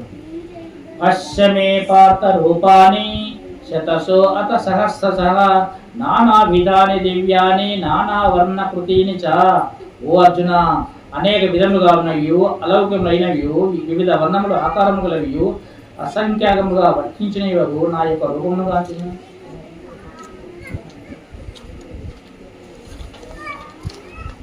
ఓ అర్జున, సూర్యులు 12 మంది, వసువులు 8 మంది, రుద్రులు 4, అశ్వనీ దేవతలు 2, మరుతులు 49 చూడు. అట్లే ఇది వరకు ఎన్నడను నీవు చూడని పెట్టు ఆశ్చర్యములను గాంచును. ఓ అర్జున, ఈ సమస్త చరాచర ప్రపంచము ఇంకను దేని చూడగలుగుతున్నావు దానిని ఈ నా శరీరమందు ఒక్క చోటున్న దానిగా ఇప్పుడు చూడము. భౌతిక నేత్రముచే విశ్వరూపము ఎవరు చూడజాలరు కనుక అర్జునునకు భగవానుడు దివ్యదృష్టిని ప్రసాదించున్నాడు. నతు మాం శక్యసే ద్రష్టుం అనేనైవ చక్షుషా దివ్యం దదామితే చక్షుః పశ్యమే యోగమైశ్వరం. ఈ నీ మాంసమయ నేత్రముతో నీవు నా విశ్వరూపమును గాంచజాలవు కావున దివ్యదృష్టిని నీకు ప్రసాదించున్నాను. దానిచే ఈశ్వర సంబంధమైన నా యోగ మహిమను చూడు. అర్జునుడు దివ్య రూపం చూసి సంతోషం పట్టలేక, ప్రభో కృష్ణ దేవ, ఎల్ల దేవతలు, ఎల్ల ప్రాణులు, బ్రహ్మాదులు, ఋషీశ్వరులు, వాసుకి మొదలగు ఎల్ల సర్పంలో నీ ఎందు నాకు గోచరించున్నవి. ఈశ్వర, నీ విశ్వరూపము అనేక బాహువులతో, ఉదరముతో, ముఖములతో ఒప్పినది. అట్లని ఆకారముగా అత్యంతంలో గుర్తించజాలకున్నాను. కోర్లచే భయంకరమైన ప్రళయాగ్ని సమానమైన నీ ముఖమును చూచుట వలన నాకు దిక్కులు కారకున్నవి. కాన ప్రభో, నా ఎందు దయించి నాకు ప్రసన్నుడవుకమ్ము. కృష్ణ, ప్రసన్నుడవుకమ్ము. పరమాత్మ సర్వశ్రేష్ఠుడు, దేవతలకు ప్రభు, జగత్తునకు ఆధారమైన వాడు, ప్రపంచమునకు ఆధారభూతుడు, సమస్తము తెలిసిన వాడు, ప్రపంచమంతటను వ్యాపించున్నాడు. ఈ ప్రపంచానికి తండ్రి, మూల పురుషుడు, ఆది మధ్యాంతరహితుడు, జన్మరహితుడు. అణువు కంటే సూక్ష్మమైన వాడు, భగవంతుడు నమ్మి ఉండవలను. అతని ఎందే భక్తి కలిగి ఉండవలను. భక్తి శ్రద్ధలతో సేవించిన వారికి భగవంతుణ్ణి పొందగలరు. కౌంతేయ, నా కొరకే కర్మలు ఆచరించువాడు నేనే పరమగతిని భావించును. నాకు భక్తుడైండువాడు సకల భూతములందు వైరబుద్ధి లేకయుండువాడు నన్ను పొందగలడు. దేవుణ్ణి ఎవరు పొందగలరో చెప్పుచున్నారు. మత్కర్మ పున్మత్ పరమో మద్భక్త సంగవర్జిత నిర్వైర సర్వభూతేషు యస్సమామేటి పాండవ. ఓ అర్జున, ఎవడు నా కొరకే కర్మను చేయునో కార్యమునే చేయునో నన్నే పరమప్రాప్యముగా నమ్మిండును నాయందే భక్తి కలిగిండును సమస్త దుష్ట పదార్థములందును సంగమును విడిచివేయును సమస్త ప్రాణులందును ద్వేషం లేకయుండును అట్టివాడు నన్ను పొందుచున్నాడు. కాబట్టి సాధకులు ఈ శ్లోకముల యొక్క తాత్పర్యమును పదే పదే చింతించుచు భక్తాభిషేకములు కలిగి పరమాత్మ సాయుధ్యాన్ని ఈ జన్మ ఎందే పొందేలాగున యత్నించవలను. 11వ అధ్యాయము సమాప్తము. 12వ అధ్యాయము భక్తి యోగము. భక్తిని గురించి ప్రతిపాదింపబడిన అధ్యాయములు దీనికి భక్తి యోగం అని పేరు వచ్చింది. భక్తి యొక్క స్వరూపము, భక్తుని లక్షణములు, వివిధ ఆధ్యాత్మిక సాధనలు ఈ అధ్యాయం తిరుబడినవి. ఈ అధ్యాయం భక్తితో ప్రారంభపడి భక్తితో అంతమైనది. భక్తి 9 విధములు. దీనినే నవరస భక్తి అందరూ. శ్రవణము, కీర్తనము, స్మరణము, అర్చన, పాదసేవ, పాద శుశ్రూష, పాదతీర్థము, ఆత్మ నివేదన, ఆత్మదర్శనము. దేవాలయంలో దేవుడు ఉన్నాడు అనుకోవడం భక్తి. దేవాలయంలో దేవుడు ఉన్నాడు అనుకోవడం భక్తి. దేవుడు సర్వత్రా ఉన్నాడు అనుకోవడం జ్ఞానం. అర్జున ఉవాచ ఏవం శ్రద్ధాయుక్త ఏ భక్తాస్త్వాం పర్యుపాసతే ఏ చప్యక్షరం అవ్యక్తం తేషాం కే యోగవిత్తమః. అర్జునుడు చెప్పిన ఈ ప్రకారముగా ఎల్లప్పుడూ మీ ఎందే మనసును నెలకొల్పిన వారే ఏ భక్తులు మేము ఉపాసించున్నారో మరి ఎవరు ఇంద్రియ గోచరం గాని అక్షర పరబ్రహ్మను ధ్యానించున్నారో ఆ ఇరు తెగల వారిలో బావుగా ఎదిగిన వారు అంటే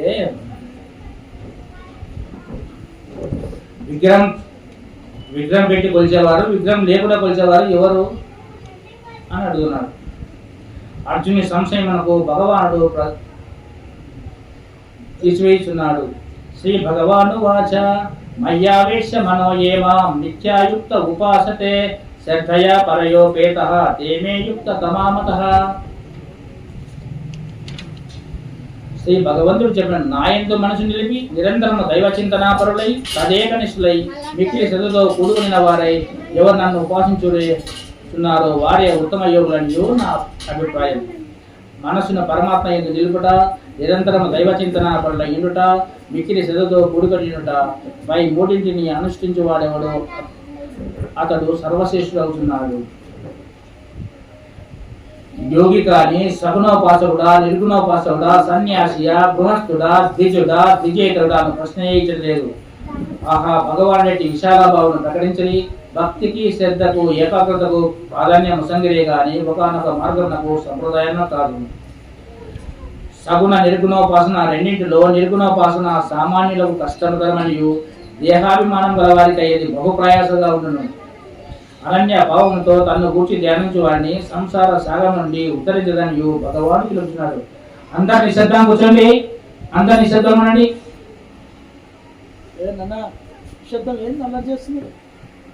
నాయందే బుద్ధిని ప్రవేశపెడుతున్నా మిమ్మల్ని నాయందే నివసించు సందేహం లేదు. ఒకవేళ ఆ ప్రకారముగా మనసును నాయందు స్థిరముగా నిలపడం నీకు శక్తి లేనిచో అతడి అభ్యాస యోగం చే నన్ను పొందుటకు ప్రయత్నింపుము. అభ్యాసం చేయటకు చేతగాంటే దైవ కార్యములను, ధర్మ కార్యములను, పరహిత కార్యములను నిష్కామముతో ఆచరింపవలేము. ఎవడు సంతోషింపడో శోకమును పొందడో ఎవడు శుభ అశుభులను వదిలినవాడో అట్టి భక్తుడు నా కృష్ణుడు. శత్రువునందును మిత్రుని ఎందును మానవ ఎందును శీతోష్ణ సుఖదుఖములందును సముగా ఉండువాడును, మౌనంతో ఉండువాడును, నిశ్చయము బుద్ధి గలవాడును, భక్తితో గుడియుండువాడును మనుషుడు నా కృష్ణుడు. అధ్యాయాంతమున ఫలస్థితిని చెప్పుచున్నాడు. ఏటు ధర్మామృతమిదం యదోక్తం పర్యుపాసతే శ్రద్ధాదానమాత్పరమా భక్తాస్తే అతివేమే ప్రియ. ఎవరైతే శ్రద్ధావంతులై నన్నే పరమగతిగా నమ్మి ఈ అమృతముకు మోక్షస్థానమైన ధర్మమును ఇప్పుడు చెప్పబడిన ప్రకారం అనుష్ఠించుదురో అట్టి భక్తులు నాకు ఇష్టము. 12వ అధ్యాయము సమాప్తము. 13వ అధ్యాయము క్షేత్రజ్ఞ విభాగ యోగము. క్షేత్రం అనగా శరీరము, క్షేత్రజ్ఞుడుగా ఆత్మ. జీవుడు వాస్తవముగా క్షేత్రజ్ఞే గాని క్షేత్రము కాదు. కానీ అజ్ఞాన కారణముగా తాను క్షేత్రమును తలంచి జీవుడు దుఃఖములను అనుభవిస్తున్నాడు. క్షేత్రము పంచభూతాత్మమైనది, నశ్వరమైనది, వికారవంతమైనది. క్షేత్రజ్ఞుడు చిన్మయ స్వరూపుడు, శాశ్వతుడు, వికారరహితుడు. ఆ రెండింటి యొక్క స్వభావంలో వివరింపబడి కలిసి ఉన్నట్టు వారి యొక్క విభజనను గూర్చి తెలుపబడిన అధ్యాయం వచ్చి దీనికి క్షేత్రజ్ఞ విభాగ యోగం పేరు వచ్చినది. అర్జున ఉవాచ ప్రకృతిం పురుషం చైవ క్షేత్రం క్షేత్రజ్ఞం ఏవ చ యతద్వేతితుమిచ్ఛామి జ్ఞానం జ్ఞేయం చ కేశవ. అర్జునుడు చెప్పాడు, ఓ కృష్ణ, ప్రకృతిని, పురుషుణ్ణి, క్షేత్రమును, క్షేత్రజ్ఞును, జ్ఞానమును, జ్ఞేయమును, వీటి అన్నిటిని గురించి నేను తెలుసుకోగలుగుతున్నాను. అర్జుని ప్రశ్నను పురస్కరించుకొని భగవానుడు అడిగిన 6 విషయములను విపులముగా సమాధానం చెబుతున్నారు. శ్రీ భగవాను వాచ ఇదం శరీరం కౌంత్యేయ క్షేత్రమిథ్యాభిధీయతే యతద్యో వేదితం ప్రాహు క్షేత్రజ్ఞ ఇది తద్వితః. శ్రీ భగవానుడు పలికను, ఓ కౌంత్యేయ, ఈ శరీరమును క్షేత్రమని పేర్కొందురు. ఈ క్షేత్రము గురించి ఎరిగిన వానికి క్షేత్రజ్ఞుడు అనే తత్వం తెలిసిన జ్ఞానులు తెలుపుడు. సమస్త క్షేత్రములను నన్ను క్షేత్రంగా కూడా ఎరుగును. క్షేత్రంలో గురించిన జ్ఞానం ఏది కలదు అది వాస్తవ జ్ఞానమని నా అభిప్రాయం.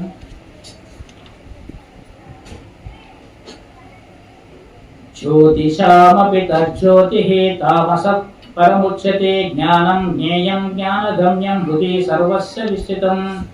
ఆ పరబ్రహ్మ అన్ని జ్యోతులను జ్యోతి, పరంజ్యోతి, మాయాతీతుడును, జ్ఞాన స్వరూపుడును, తెలుసుకునదగిన వాడును, తత్వజ్ఞానం ద్వారా ప్రాప్యుడును అతడే. సర్వ ప్రాణుల హృదయములందు విశేషంగా ఉండువాడును అతడే. ఇంత తనక జ్ఞాన జ్ఞేయమును గురించి తెలిపి ఇక ప్రకృతి పురుషులను వర్ణించుతున్నాడు. ప్రకృతిం పురుషం చైవ విద్యానాది ఉభావపి వికారాంశ గుణాం చైవ విద్య ప్రకృతి సంభవాం. ప్రకృతి పురుషుడు అను ఈ రెండును అనాదిన సనాతనమైనవనియు రాగద్వేష వికారములకు గుణాత్మకములైన పదార్థములన్నీ ప్రకృతి నుండి ఉత్పన్నమైనయు ఎరుగు. ఈ దేహమందు పురుషుడు సాక్షాత్ పరమాత్మ ఏదియు తెలుసుకునవలెను. సమస్త పదార్థములు క్షేత్రంలో సంయమనే కలుగుతున్నవనియు చెబుతున్నాడు. క్షేత్రం గురించిన పరిజ్ఞానం గల వారికి కలుగు ఫలితమును ఈ అధ్యాయమున ముగించున్నాడు. క్షేత్రజ్ఞయోరేవం అంతరం జ్ఞానచక్షుష భూత ప్రకృతి మోక్షం చ ఏ విధవియాంతితే పరం. ఎవడు జ్ఞాన దృష్టి చేత ఈ ప్రకారముగా క్షేత్రముల యొక్క భేదమును, భూతములకు సంబంధించిన ప్రకృతి నుండి విముక్తిని కలగజే ఉపాయమును తెలుసుకున్న వారు మోక్షమును పొందుతున్నారు. 13వ అధ్యాయము సమాప్తము. అధ్యాయము గుణత్రయ విభాగ యోగము. సత్వ రజస్తమస్సులను 3 గుణములు, వాని స్వభావములు, అవి జీవుని ఏ ప్రకారంగా బంధించినది, ఒక్కొక్క జీవుని అధికంగా ఉన్నప్పుడు అది ఏ లక్షణాలు కలిగి ఉన్నది, ఆయా గుణములను ఆశ్రయించుట వలన జీవనకు ఏ ఫలితంలో కలుగున్నది, ఆ గుణములన్నింటినీ దాటివేసినది గుణాతీతులకు జీవన్ముక్తుడి ప్రకారముగా ఉంటున్నది. ఈ మున్న విషయములన్నీ విశదముగా నిరూపించబడిన అధ్యాయములచే దీనికి గుణత్రయ విభాగ యోగము పేరు వచ్చింది. శ్రీ భగవాను వాచ పరం భూయః ప్రవక్ష్యామి జ్ఞానానాం జ్ఞానముత్తమం యజ్ఞాత్వా మునయః సర్వే పరాం సిద్ధి మితోగతః. శ్రీ భగవానుడు పలికెను, జ్ఞానములో అత్యుత్తమైన పరమజ్ఞానమును నీవు మరలా తెలుపబోచున్నాను. ఆ పరమజ్ఞానం తెలుసుకున్న మునులు సంసార బంధం నుండి విముక్తులై పరమసిద్ధిని పొందిరి. ఈ జ్ఞానం ఆశ్రయించి జనులు నాతో నైక్యం నొందిన వారై సృష్టికాలమున జన్మింపరు. ప్రకృతి పురుషుల వలనే ఈ జగత్తంతయు అభివృద్ధిస్తున్నదనియు తెలుసు. అర్జున, సమస్త జాతులందును ఏ శరీరం ఉద్భవించున్నవో వానికి మూల ప్రకృతి మాయయే మాతృస్థానము, నేను బీజం నుంచున్నది తండ్రిని. ఓ అర్జున, ప్రకృతి వలన పుట్టిన సత్వ రజస్తమో గుణములు 3ను నా ఆశ్రయితుడైన ఆత్మను దేహం నందు బంధించున్నవి. ద్రష్ట అయిన వాడు గుణములందు వర్తించున్నవనియు త్రిగుణములు తప్ప వేరుగా కర్త లేరనియు తెలుసుకొని త్రిగుణములకు అతీతముగా ఉన్న సచ్చిదానంద ఘన పరమాత్మ స్వరూపమైన నా తత్వమును తెలుసుకున్నాను. అప్పుడు అతడు నా స్వరూపునే పొందును. అర్జున ఉవాచ त्रयीन् गुणानेतान् अतितो भवति प्रभो किमाचारः कथं चैतान् త్రీన్ గుణానతి వర్తతే. అర్జునుడు అడిగాను, ఓ ప్రభు, ఈ మూడు గుణములను అతిథులైన వారి లక్షణాలేవి? అతని లోక వ్యవహార తీరు ఎట్లుండును? మనుషులు తిరుగులాతీర్థుడగుటకు ఉపాయమేమి? అర్జుని ప్రశ్న విని భగవానుడు గుణాతీతుని లక్షణాలను వివరముగా చెప్పుచున్నాడు.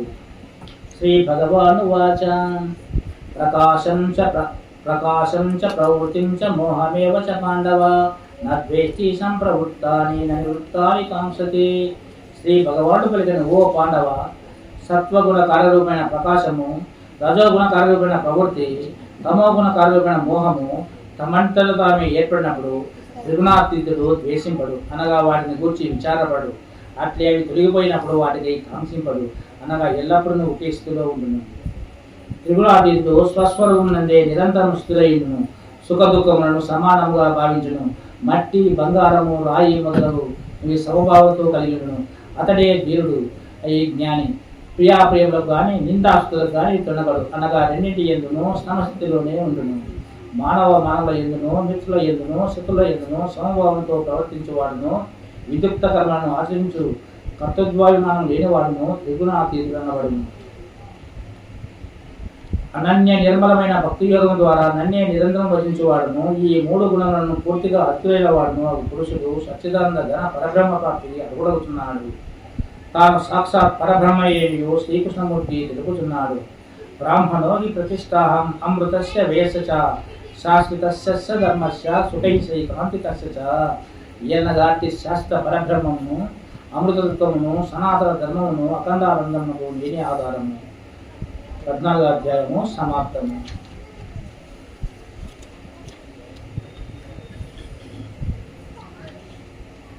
పదవ అధ్యాయము పురుషోత్తమ ప్రాప్తి యోగము. శివుడు అను అక్షర పురుషుని కంటే వేరై వారిరువుల కంటే ఉత్తముడై వరవడం వలన పరమాత్మకు పురుషోత్తమ యుగం పేరు వచ్చింది. ఈ పురుషోత్తములకు పరమాత్మ యొక్క స్వరూపమేమి, వారెట్టి వారు, వారిని పొందుటకు మార్గమేమి, వారిని పొందడం వలన కలుగు ఫలితమేమి మున్నగు విషయములన్నీ తెలుపబడిన అధ్యాయం వచ్చే దీనికి పురుషోత్తమ ప్రాప్తి యోగం అని పేరు వచ్చినది. ఈ అధ్యాయ నామంలో 4 పదాలున్నవి. పురుష ఉత్తమ ప్రాప్తి యోగము అని. వ్యక్తి దేహమంతా వ్యాపించుండే పరమాత్మే పురుషుడు. సమష్టి చరాచర ప్రపంచాన్ని యావత్తు ఆవరించి వ్యాపించి పోషిస్తుండేవాడే పురుషోత్తముడు. అందుకు ఉపాయం అతన్ని పొందడం ప్రాప్తి. ఈ అధ్యాయంలో యోగం అంటే ఉపాయము లేక కల్పనార్థము, జీవ బ్రహ్మల ఐక్యతను ప్రాప్తింపజేసే అధ్యాయం ఇది. అందుకే ఇది మహాపవిత్రమైనది. ఓహో, నేనే భగవతత్వాన్ని అని తెలుసుకొని నరుడు నారాయణుడు అయ్యే యోగము ఈ అధ్యాయము. అలాగే నీవు భగవంతుడమని ఎప్పుడో మర్చిపోయి ఈ దేహము, సంసారము, నేను, నాదని నానా వస్తువులు పడుతూ ఎడతగిన జన్మ మరణ వలయంలో చిక్కుకొని అరణపడుచున్నావు. నీవే భగవంతుడని పూర్తి విశ్వాసము ఈ అధ్యాయంలో లభిస్తుంది. ఇందుకే దీన్ని పురుషోత్తమ ప్రాప్తి యోగం మరియు లేదా ప్రసాద యోగం అని చెప్పుదురు.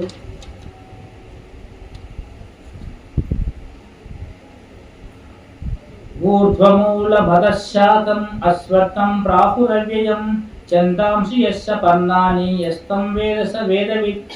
ఆది పురుషుడైన పరమేశ్వరుడే మూలముగా, బ్రహ్మయే ముఖ్య శాఖ, వేదములే వర్ణము గల ఈ సంసార రూప అశ్వత్థ వృక్షము అసహితమైనది. ఈ సంసార వృక్షతత్వమును మూల సహితముగా తెలుసుకున్నవాడు నిజముగా వేదాంతమును ఎరిగినవాడు. వేళ్ళు పైనను కొమ్మలు కిందను గలది, జ్ఞాన ప్రాప్తి పర్యాంతము నాశనం లేనిది, వేదములు ఆకుగా గలది. సంసార వృక్షమునే ఇంకను వర్ణించి చెబుతున్నాడు. అదర్శోత్వం ప్రస్తుతాదస్య గుణ ప్రవృద్ధ విషయ ప్రవాళ అదర్శ మూలన్యాను సంతతాని కర్మానుబంధిని మానుష్యలోకే. ఈ సంసార వృక్షమును త్రిగుణ నడి జలములు తడుపుచున్నవి. ఆ జలములచే వృద్ధి పొందు శాఖలే దేవ మానుష్య తిర్య వేలుల్లో జన్మించే ప్రాణులు. సిగుళ్ళే విషయభోగములు. ఈ శాఖలు సిగుళ్ళు సర్వత్రా వ్యాపించినవి. మనుజులకు కర్మానుష్ఠానముగా బంధించు అహంకార మమకార వాసన వేర్లు ఊడలు అన్ని లోకంలోనూ పైకి కింది పైన వ్యాపించినవి. జీవులు భుజించు ఆహారమును తానే పచనమనుచుచున్నానియు భగవానుడు చెప్పుచున్నాడు. అహం వైశ్వానరో భూత్వా ప్రాణినాం దేహమాసితః ప్రాణ సమాయుక్తః పచామ్యాన్నం చతుర్విధం. నేను వైశ్వానరుడను జఠరాగ్నిగానయి ప్రాణుల యొక్క శరీరం ఆశ్రయించి ప్రాణ వాయువులతో కూడుకొని 4 విధమైన అన్నమును పచనం చేయుచున్నాను.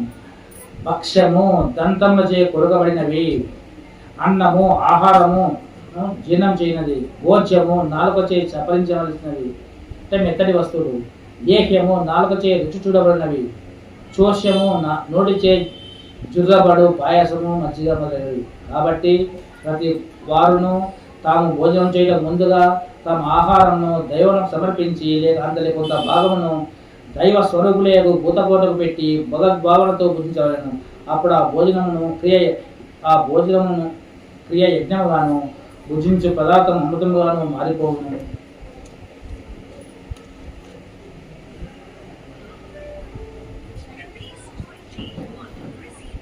అధ్యాయ అంతం యొక్క పరిస్థితిని చెప్పుచున్నాడు. ఇది తమం శాస్త్రం ఇదముక్తం మయానగా ఏతద్బుద్ధ్యా బుద్ధిమాంస పుట పుట్యస్య భారత.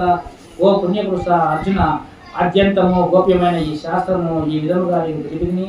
దీని తత్వం తెలుసుకొని మనుషులు జ్ఞాని అయి కృతార్థులు కాగలడు. 10వ అధ్యాయము సమాప్తము. దైవాసుర సంపద్ విభాగ యోగము. సంపద అనగా ఐశ్వర్యము, దైవ సంపద అనగా దైవీకరణకు సద్గుణముల యొక్క సంపత్తి, దైవ సంబంధమైన గుణరాశి, భగవంతుని దూరంగా చేసివేసినట్టు దుశ్శీలము. ఈ అధ్యాయం నందు శ్రీకృష్ణ పరమాత్మ దైవ గుణములను అసుర గుణం గురించి రెండింటిని గురించి విపులంగా తెలియజేసింది.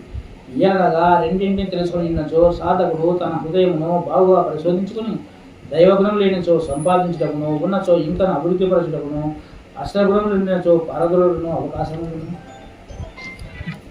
కావున రెండింటిని తెలుసుకొని ఉండవలను. ఈ ప్రకారముగా అధ్యాత్మ క్షేత్రమున సర్వులకు ఉపయోగంగా ఉండటై భగవానుడు ఆ సద్గుణ దుర్గుణ రెండింటిని అంటే దైవ అసుర సంపద రెండింటిని చక్కగా విభజించి తెలిపే అధ్యాయములు చే దీనికి దైవాసుర సంపద విభాగ యోగం పేరు వచ్చినది.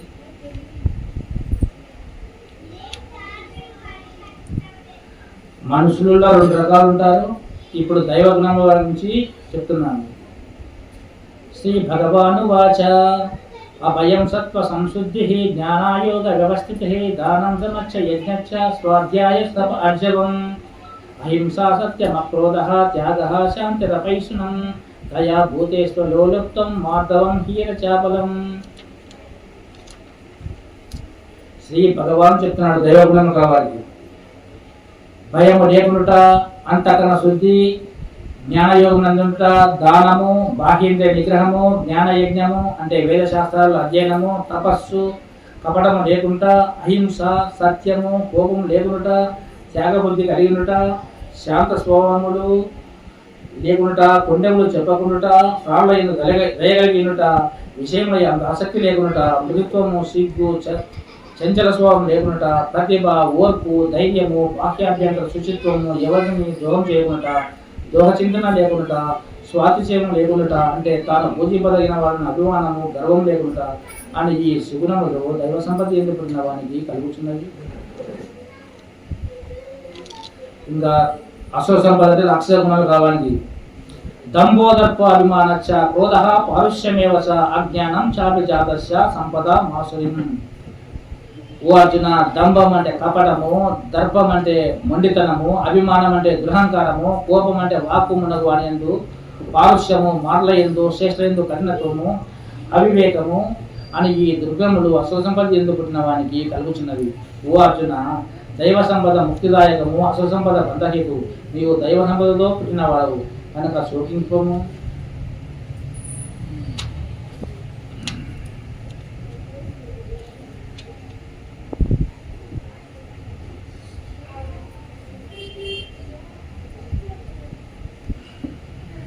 అసుర స్వభావం గల వారి యొక్క లక్షణం చెప్పి ఇక 2 శ్లోకముల ద్వారా వారు పొందు ఘోర దుర్గతిని వివరించుచున్నాడు.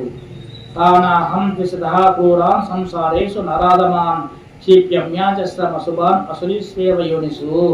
అట్లు అట్లు ఇతరులను ద్వేషించుచు పాపాత్మలను క్రూరులైన నరదాములు మాటి మాటిని ఈ సంసారనందు అసలు నేను పడవేయును.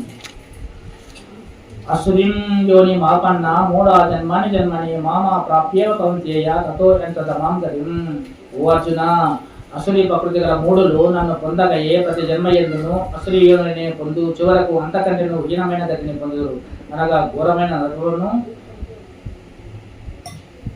నరకంలో ఎందును పడుదురు. నరక బాధ నుండి తప్పించుకుని ఉపాయమును సెలవిచ్చుచున్నాడు. త్రివిధం నరకస్యేదం ద్వారం నాశనమాత్మనః కామః క్రోధస్తథా లోభః తస్మాదేతత్రయం త్యజేత్. కామ క్రోధ లోభములు అను ఈ మూడును నరక ద్వారములు. అవి ఆత్మ నాశనమునకు కారణములు, అనగా మనుషుని అధోగతి పాలు చేయనివి కనుక ఆ మూడింటిని త్యజించవలెను. ఓ అర్జున, ఈ మూడు నరక ద్వారం నుండి బయటపడిన వాడు శుభకర్మని ఆచరించును, అందువలన పరంగతిని పొందును, అనగా నన్నే పొందును. శాస్త్ర విధిని త్యజించి యథేచ్ఛగా ప్రవర్తించువాడు సిద్ధిని పొందజాలడు. వానికి ఇహపరలోక సుఖములు లభించవు, పరమగతియు ప్రాప్తించదు. కాబట్టి శాస్త్రోక్త పద్ధతిని అనుసరించి కర్మలను కార్యములను ఆశించలాగున అర్జునకు శ్రీకృష్ణ పరమాత్మ బోధించున్నాడు. అందరి శ్రద్ధమునండి. తస్మాశాస్త్రం ప్రమాణం తే కార్యాకార్య వ్యవస్థితో జ్ఞాత్వా శాస్త్ర విధానోక్తం కర్మ కర్తుమిహర్వసి. కావున చేయదగినదియో చేయరానిదియో నిర్ణయించినప్పుడు నీకు శాస్త్రమే ప్రమాణమైనది.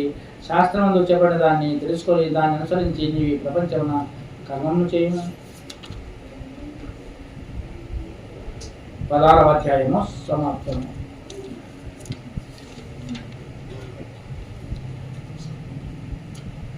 పదిహేడవ అధ్యాయము శ్రద్ధాత్రయ విభాగ యోగము. శ్రద్ధ 3 విధములుగా ఉంటుంది. సాత్విక శ్రద్ధ, రాజసిక శ్రద్ధ, తామసిక శ్రద్ధ. నీ ఏ శ్రద్ధ గలవాని లక్షణములు ఏ విధంగా ఉండునో ఈ అధ్యాయమున వివరముగా తెలుపబడినది. ఈ ప్రకారముగా 3 విధమైన శ్రద్ధను చెప్పబడిన అధ్యాయముల వలన దీనికి శ్రద్ధాత్రయ విభాగ యోగం మరియు పేరుగలది. ఏ శాస్త్ర విధిముత్సృజ్య యజంతే శ్రద్ధయాన్వితాః తేషాం నిష్ఠాతుకా కృష్ణ సత్వమహో రజస్తమః. అర్జున, ఓ కృష్ణ, శాస్త్ర విధిని త్యజించి భక్తి శ్రద్ధలతో యజ్ఞములను కానీ దైవ పూజలను కానీ కొందరు చేయరు.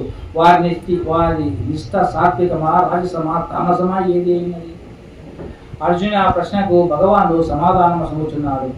త్రివిధా భవతి శ్రద్ధ దేహినాం స్వభావజ స్వాత్వకి రాజసీ చైవ తామసీ చేతితాంశును. అందరికి శ్రద్ధ 3 విధంగా ఉంటుంది. అది స్వభావాల పుట్టును, స్వభావనగా ప్రాచీన వాసన వలన పుట్టు రుచి విశేషము, అనగా సత్వాది గుణముల వాసన వలన రుచియు, రుచి వలన శ్రద్ధయు జనించును. శాస్త్రోక్తముగా నుండక కేవలం స్వభావం అనుసరించి ఏర్పడుచుండు మానవ శ్రద్ధ సాత్వికము, రాజసము, తామసము అని 3 విధాలు ఉంటుంది. వాటి గురించి వివరించదము.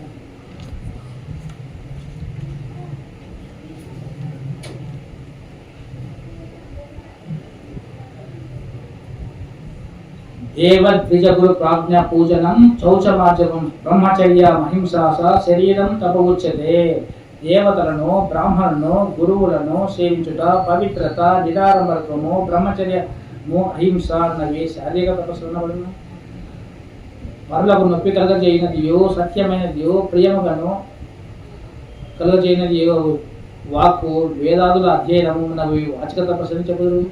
మనఃప్రసన్నత, శాంత స్వభావము, భగవత్ చింతన, మనోనిగ్రహము, అంతఃకరణ శుద్ధి మొదలైనవి ఎన్ని మానసిక తపస్సులు. పూర్వోక్తమైన శారీరక, వాచిక, మానసిక తపస్సులను ఫలాకాంక్ష లేని వారు లేని యోగులు మిక్కిలి శ్రద్ధతో అనుసరించినప్పుడు వాటిని సాత్విక తపస్సులు ఉంటుంది. సత్కారమాన పూజాదుల కొరకై దంభముతో చేయబడు రాజస తపస్సు అనబడును. మూర్ఖము పట్టుదలతో తన శరీరమును బాధ పెట్టుకున్నట ద్వారా కానీ ఇతరులను నాశనం మనచోలని ఉద్దేశంతో కానీ చేయబడు తపస్సు తామసిక తపస్సు అనబడును. ఇక ఇప్పుడు దానముల గురించి చెప్పదలించి మొట్టమొదట సాత్విక దానం గురించి చెప్పుచున్నాడు. దాతవ్యమితి యద్దానం ఏతే అనుపకారణే దేశకాలే చ పాత్రే చ తద్దానం సాత్వికం సుతం. దానం చేయుటయే కర్తవ్యం అను భావముతో తగిన ప్రదేశముల యందును, దుర్భిక్షాది కాలముల యందును, ఆకలి దప్పులతో బాధపడేవారు, అంగవైకల్యం కలవారు, రోగులు, మొదలగు వారిని బ్రాహ్మణులు, పండితులు, బ్రహ్మచారులు, వానప్రస్థులు మొదలగు వాతులైన వారికి ప్రతి ఉపకారం ఆశింపగా నిస్వార్థ భావంతో చేయబడు దానము సాత్విక దానము అనబడును.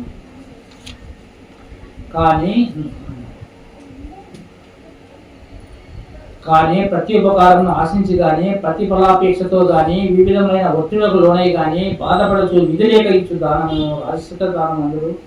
దానమునకు తగని దేశ కాలములందును బాతులు కాని వాడబడను సత్కార శూన్యములను అమర్యాదతోనూ ఇవ్వబడు దానము తామస దానం అని చెప్పబడును. బ్రహ్మము యొక్క నామముల గురించి 5 శ్లోకముల ద్వారా తెలియజేయుచున్నాడు. ఓం తస్సదితి శ్రీద్యేషు బ్రాహ్మణ స్థిరిదః స్మృతః బ్రాహ్మణస్తేన వేదచ్చ యజ్ఞచ్చ విహితః పురః. ఓం తత్సత్ అని 3 విధమైన పేర్లు సచ్చిదానంద ఘన పరబ్రహ్మను నిర్దేశించబడినవి. ఆ పరమాత్మ నుండి ఏ సృష్ట్యాది యందు బ్రాహ్మణులు, వేదములు, యజ్ఞం ఏర్పడుచున్నది. ఓం తత్సత్ అని ఆ పరబ్రహ్మకు 3 విధములైన పేర్లు కలవు. అనగా ప్రపంచంలో భగవంతుడు ఒక్కడే సత్యమైనది, నిత్యమైనది, మిగతా జగత్తంతా అసత్యమని భావించలను. వేదవేత్తలు తాము ఆచరించు యజ్ఞ దాన తపక్రియలను మొదట ఎల్లప్పుడూ ఓంకారమును ఉచ్చరించి పిమ్మట ఆయా క్రియలను చేయుదురు. మోక్ష కాంక్షగల వారు స్వలాభాపేక్ష దేశమాత్రమైనది లేకుండా లోకహితార్థమై యజ్ఞదాన తపశ్చర్యను ఎంతయో పరమాత్మయైన భావంతో తత్వం నామమును ఉచ్చరించేరు. ఓ పార్త, సత్తను పరమాత్మ నామము సత్య భావమునందును శ్రేష్ఠ భావమునందును అనగా పరమాత్ముడు నిత్యుడు శ్రేష్ఠులను భావమునందును ప్రయోగింపబడుతురు. ఉత్తమ కర్మాచరణందును సత్తను అను శబ్దము ప్రయుక్తమవుతున్నది. యజ్ఞమునందును తపస్సునందును దానమునందును నిష్ఠ కూడా సత్ అని చెప్పబడుతున్నది. మరియు భగవద్గీతార్థమైన బ్రహ్మోద్దేశమైన కర్మలు కూడా సత్ అని పిలువబడుతున్నది.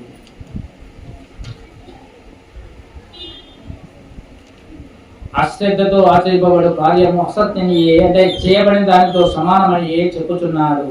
అశ్రద్ధయా హృతం దత్తం తపస్కృతం కృతం చయేత్ అసదిత్యుచ్యతే పాత నచాత ప్రేత్యనో యః.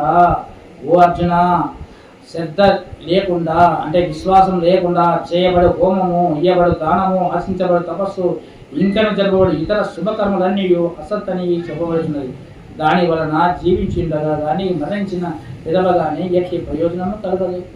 ఓం తస్తదితి శ్రీమద్భగవద్గీత సుపనిషత్ బ్రహ్మ విద్యాయాం యోగశాస్త్రే శ్రీకృష్ణార్జున సంవాదే శ్రద్ధాత్రయ విభాగ యోగో నామ 7వ అధ్యాయ 17వ అధ్యాయము సమాప్తం.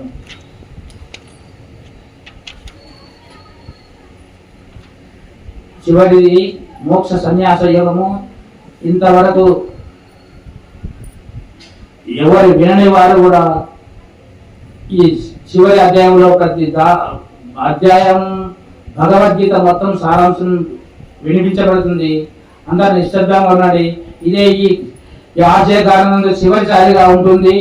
అందరూ నిశ్శబ్దంగా ఉండండి. పూర్వాధ్యాయంతో ఈ అధ్యాయం సంబంధం ఇంతదనక శ్రీకృష్ణ పరమాత్మ అనేక యోగముల గురించి అర్జునకు బోధించు వచ్చి అవి అన్ని వినిన పిదప అర్జునునకు వాని అన్నింటి యొక్క సారమును తెలుసుకున్న కుతూహలం కలిగి సన్యాసము యొక్కయో త్యాగము యొక్కయో తత్వము గురించి భగవాన్ని ప్రశ్నించను. అర్జును ఆ ప్రశ్నతో ఈ అధ్యాయం ప్రారంభమవుతున్నది. ఇది చివరి అధ్యాయం వలన ఇంతవరకు బోధింపబడిన తత్వములన్నింటి యొక్క సారాంశము ఈ అధ్యాయం చెప్పబడుతున్నది.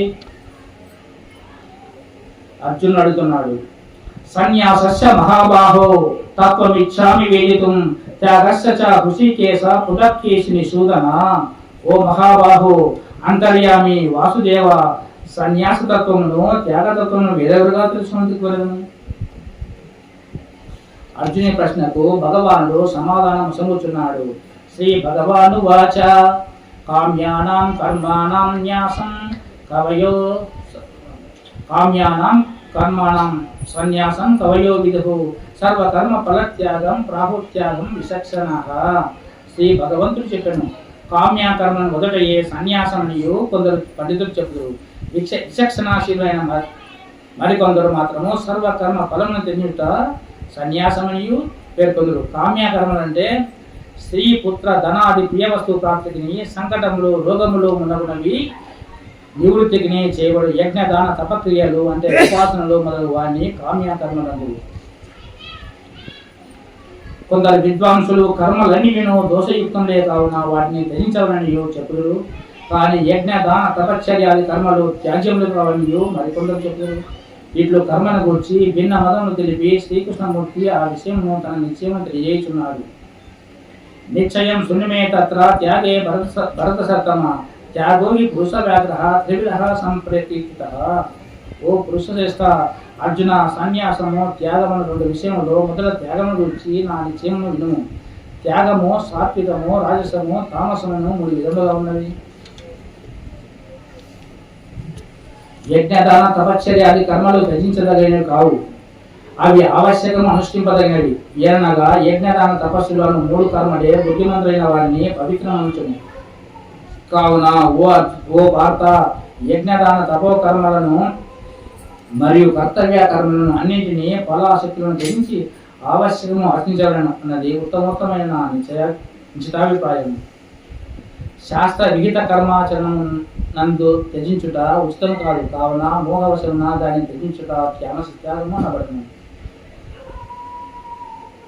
కర్మలన్నీ దుఃఖకారములే అని భావించి శరీర క్లేశమునకు భయపడి కర్తవ్య కర్మను త్యజించుటను రజస త్యాగములు.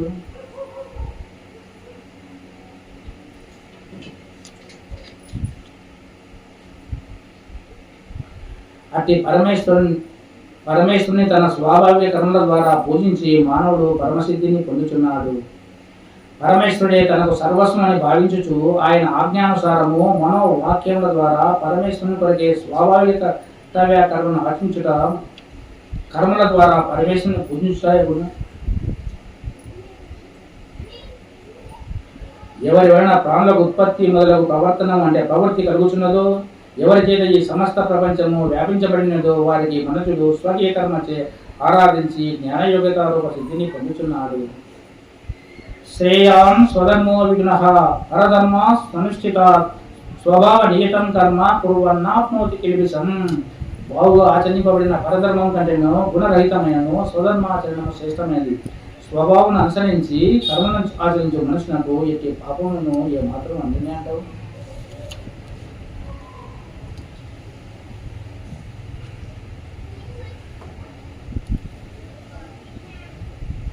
ఈ మూడు శ్లోకాలు మంచివి అన్నాడు విద్యాప్రానంద స్వామి, కాబట్టి చాలా ఇంపార్టెంట్ చూడండి.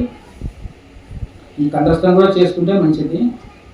బుద్ధ్యా విశుద్ధ్యయా యుక్తో ధృత్యాత్మానం నియమ్య చ శబ్దాది విషయం త్యక్త్వా రాగద్వేషౌ ఉదస్య చ వివత్తాసి విలద్వాసి యథా వాక్యాయ మానసః ధ్యానయోగ పరో నిత్యం వైరాగ్యం సముపాసితః అహంకారం బలం దర్పం కామం క్రోధం పరిగ్రహం విముక్ష నిర్మమశాంతో బ్రహ్మ భూయాయ కల్పతే. కావున మూమిక్షల శ్లోకమును కంఠస్థం చేసి భావం నిరంతరము మనం చేయుచున్నాను. తాత్పర్యం ఏమంటే, నిర్మల బుద్ధితో కూడి ధైర్యముతో మనసును స్వాధీనపరుచుకొని శబ్దాది విషయములను రాగద్వేషములను విడిచిపెట్టి ఏకాంత స్థల వాసి మితాహారమును స్వీకరించుతూ శరీర వాంగ్మనములను నియమించి నిరంతరం ధ్యానయోగాభ్యాసం అనొచ్చుచు వైరాగ్యం లెస్సగా ఆశ్రయించి అహంకార బలదర్పములను కామ క్రోధములను భోగ్య వస్తు పరిగ్రహమును బాగుగా త్యజించివేసి మమకార రహితుడై శాంత స్వభావం కలిగిండు మహానీయుడు పరబ్రహ్మ సాక్షాత్కారం పొందుటకు సమర్థులగుచున్నాడు.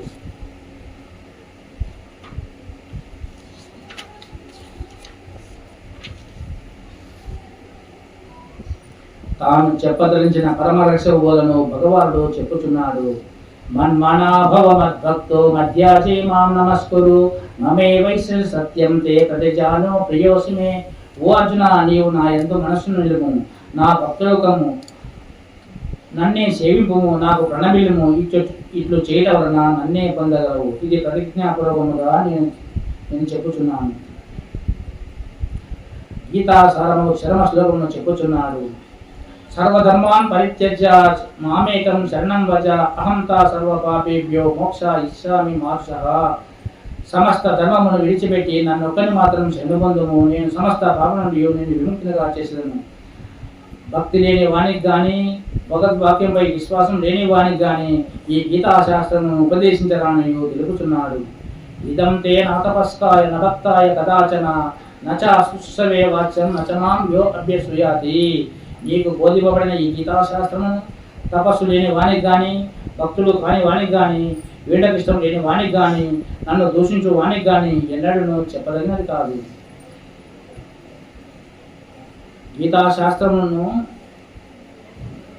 గీతాశాస్త్రమును శ్రద్ధ గల ఇతరులకు బోధించువారు తనకు అత్యంత ప్రియులనియు వారు తప్పక నన్ను పొందగలనియు భగవానుడు 2 శ్లోకముల ద్వారా తెలియజేయుచున్నాడు. యా యమం పరమం గుహ్యం మద్భక్త్యేషాపి దాస్యతి భక్తిమై పరాం కృత్వా మమే వైశ్యత్య సంశయ. ఎవడు అతి రహస్యమైన ఈ గీతాశాస్త్రమును నా భక్తులకు చెప్పును అట్టివాడు నా ఉత్తమ భక్తి కలవాడై సంశయరహితుడై నన్నే పొందగలడు. నచా తస్మన్ మనుష్యేషు కచ్చిన్మే ప్రియకుత్తమః భవితా నసమే తస్మాత్ అన్యః ప్రియతరో భువి. మనుషుల్లో అట్టి వాని కంటే నాకు మిక్కిలి ప్రియమనర్చు వాడు ఎవడనూ లేడు, మరియు అతని కంటే నాకు మిక్కిలి ఇష్టమైన వాడు ఈ భూలోకములో మరెవడు కలగబోడు. ఈ గీతాశాస్త్రమును అధ్యయనం చేయవాడు కూడా జ్ఞానయజ్ఞం చేసినట్లేనియు వచించుతున్నాడు. అధ్యేష్యతే చయా ఇమం ధర్మం సంవాద భావయహో జ్ఞానయజ్ఞేన తేనాహం ఇష్టస్యామితి మే మతి. ఎవడు ధర్మయుక్తమైన మన ఇరువురి సంభాషణను అధ్యయనం చేయును అట్టి వాని జ్ఞానయజ్ఞం చేత నేను ఆరాధింపబడిన వాడు నగునయు నా నిశ్చయం. కాబట్టి భగవద్గీత చదివే వాళ్ళకు కూడా పుణ్యం ఉంటుంది. ఓ పాత ఈ గీతాశాస్త్రం ఏ మనుషుడు శ్రద్ధతో కూడిన వాడును అసూయ లేని వాడును ఈ గీతాగ్రంథం వినును అట్టివాడు గొప్ప పుణ్యలోకం పొందును. వింటే కూడా పుణ్యం వస్తుందంట. ఓ పాత ఈ గీతాశాస్త్రం నువ్వు ఏకాగ్ర చిత్తంతో వింటేవా ఓ ధనంజయ అజ్ఞానజనితమైన నీ మొహం పూర్తిగా నశించిందా? అర్జున ఉవాచ నష్టో మోహ స్మృతిర్లబ్ధ తత్ప్రసాదాన్మయాచ్యుత స్థితోస్మిగత సందేహ కలిసే వచనం తవ. అర్జునుడు చెప్పాడు, ఓ కృష్ణ, మీ అనుగ్రహం వలన నా అజ్ఞానం నశించినది, జ్ఞానం కలిగినది, సంశయం కలిగినది. ఇక మీ ఆజ్ఞ నెరవేర్చదు. గీత బోధ ఎంతయో విన్నట్టు తప్ప సంజయుడు తనకు కలిగిన ఆనందానుభవమును 5 శ్లోకముల ద్వారా తెలుపుతున్నాడు. సంజయ భువాచ యత్యాహం వాసుదేవస్య పార్థస్య మహాత్మనః సంవాదమిమమస్సౌసం అద్భుతం మహర్షణం. సంజయుడు పలికను ఈ విధముగా శ్రీ వ్యాసుదేవునకును మహాత్మైన అర్జునకును మధ్య జరిగిన సంవాదములు వీటిని. అది అత్యద్భుతమైనది, తనువును పులకింపజేయనది. శ్రీ వేద వ్యాసుల అనుగ్రహము చేత అని సంభాషణ వినగలిగినయో సంజయుడు చెప్పుచున్నాడు. వ్యాస ప్రసాదాచ్యుతవాన్ ఏతత్ కృత్యమహం పరం యోగం యోగీశ్వరాత్ కృష్ణాత్ సాక్షాత్కతయతః స్వయం. వేద వ్యాసుని కృప వలన దివ్య దృష్టిని పొందిన వాడనై పరమ గోప్యమైన ఈ గీతము అంటే ఈ యోగమును యోగీశ్వరైన శ్రీకృష్ణ భగవానుడు స్వయముగా అర్జునకు చెప్పుచుండగా నేను ప్రత్యక్షముగా వింటిని.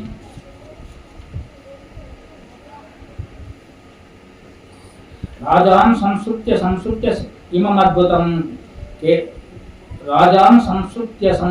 సంవాదం ఇమమద్భుతం కేశవార్జున యహో పుణ్యం పుష్యామి చ ముహుర్ముహు. ఓ ధృతరాష్ట్ర మహారాజా, ఆశ్చర్యకరమైనది పావనమైనది శ్రీకృష్ణార్జునుల యొక్క ఈ సంభాషణను తలంచి మాటి మాటికి ఆనందం పొందుతున్నాను. భగవాని విశ్వరూపును తలంచుకొని పరమాశ్చర్యం అందుచున్నానని సంజయుడు చెప్పుచున్నాడు. తచ్చా సంస్కృత్య రూపమద్యద్భుతం హరే విస్మయో మే మహాన్ రాజాన్ పుష్యామి చ పునః పునః. ఓ రాజా, అత్యంత విలక్షణము పరమాద్భుతము అపూర్వమైన శ్రీహరి రూపమును పదే పదే స్మరించుచు నేను పొందుతున్న ఈ సంభ్రమాశ్చర్యములకు అవధియే లేదు. తత్ప్రభవన మరలా సంతోషం పొందుతున్నాను. శ్రీకృష్ణార్జునుడు చోట విజయము ఐశ్వర్యము ఉన్న శుభలక్షణములు వెలుగుచున్నాయో సంజయుడు పలుకుతున్నాడు. యత్ర యోగేశ్వరః కృష్ణో యత్ర పార్థో ధనుర్ధరః తత్ర శ్రీ విజయో భూతిర్ధ్రువ నీతిర్మతిర్మమః. ఎచ్చట యోగేశ్వరుడు శ్రీకృష్ణుడును ఎచ్చట ధనుర్ధాయుడు అర్జునుడు ఉందులో అచట సంపదయు విజయమును ఐశ్వర్యమును దృఢములు నీతి ఉండినయు నా అభిప్రాయము. హరి ఓం తత్సత్. ఇది శ్రీమన్మహాభారతే శతసహస్రికాయాం సంహితాయాం వైయాసిక్యాం శ్రీమద్భీష్మ పర్వణి శ్రీమద్భగవద్గీతోపనిషత్సు బ్రహ్మ విద్యాయాం యోగశాస్త్రే శ్రీకృష్ణార్జున సంవాదే మోక్ష సన్యాస యోగో నామ 8వ అధ్యాయః. 18వ అధ్యాయము సంపూర్ణము. హరి ఓం తత్సత్. ఓం శాంతి శాంతి శాంతి. సర్వం శ్రీకృష్ణ.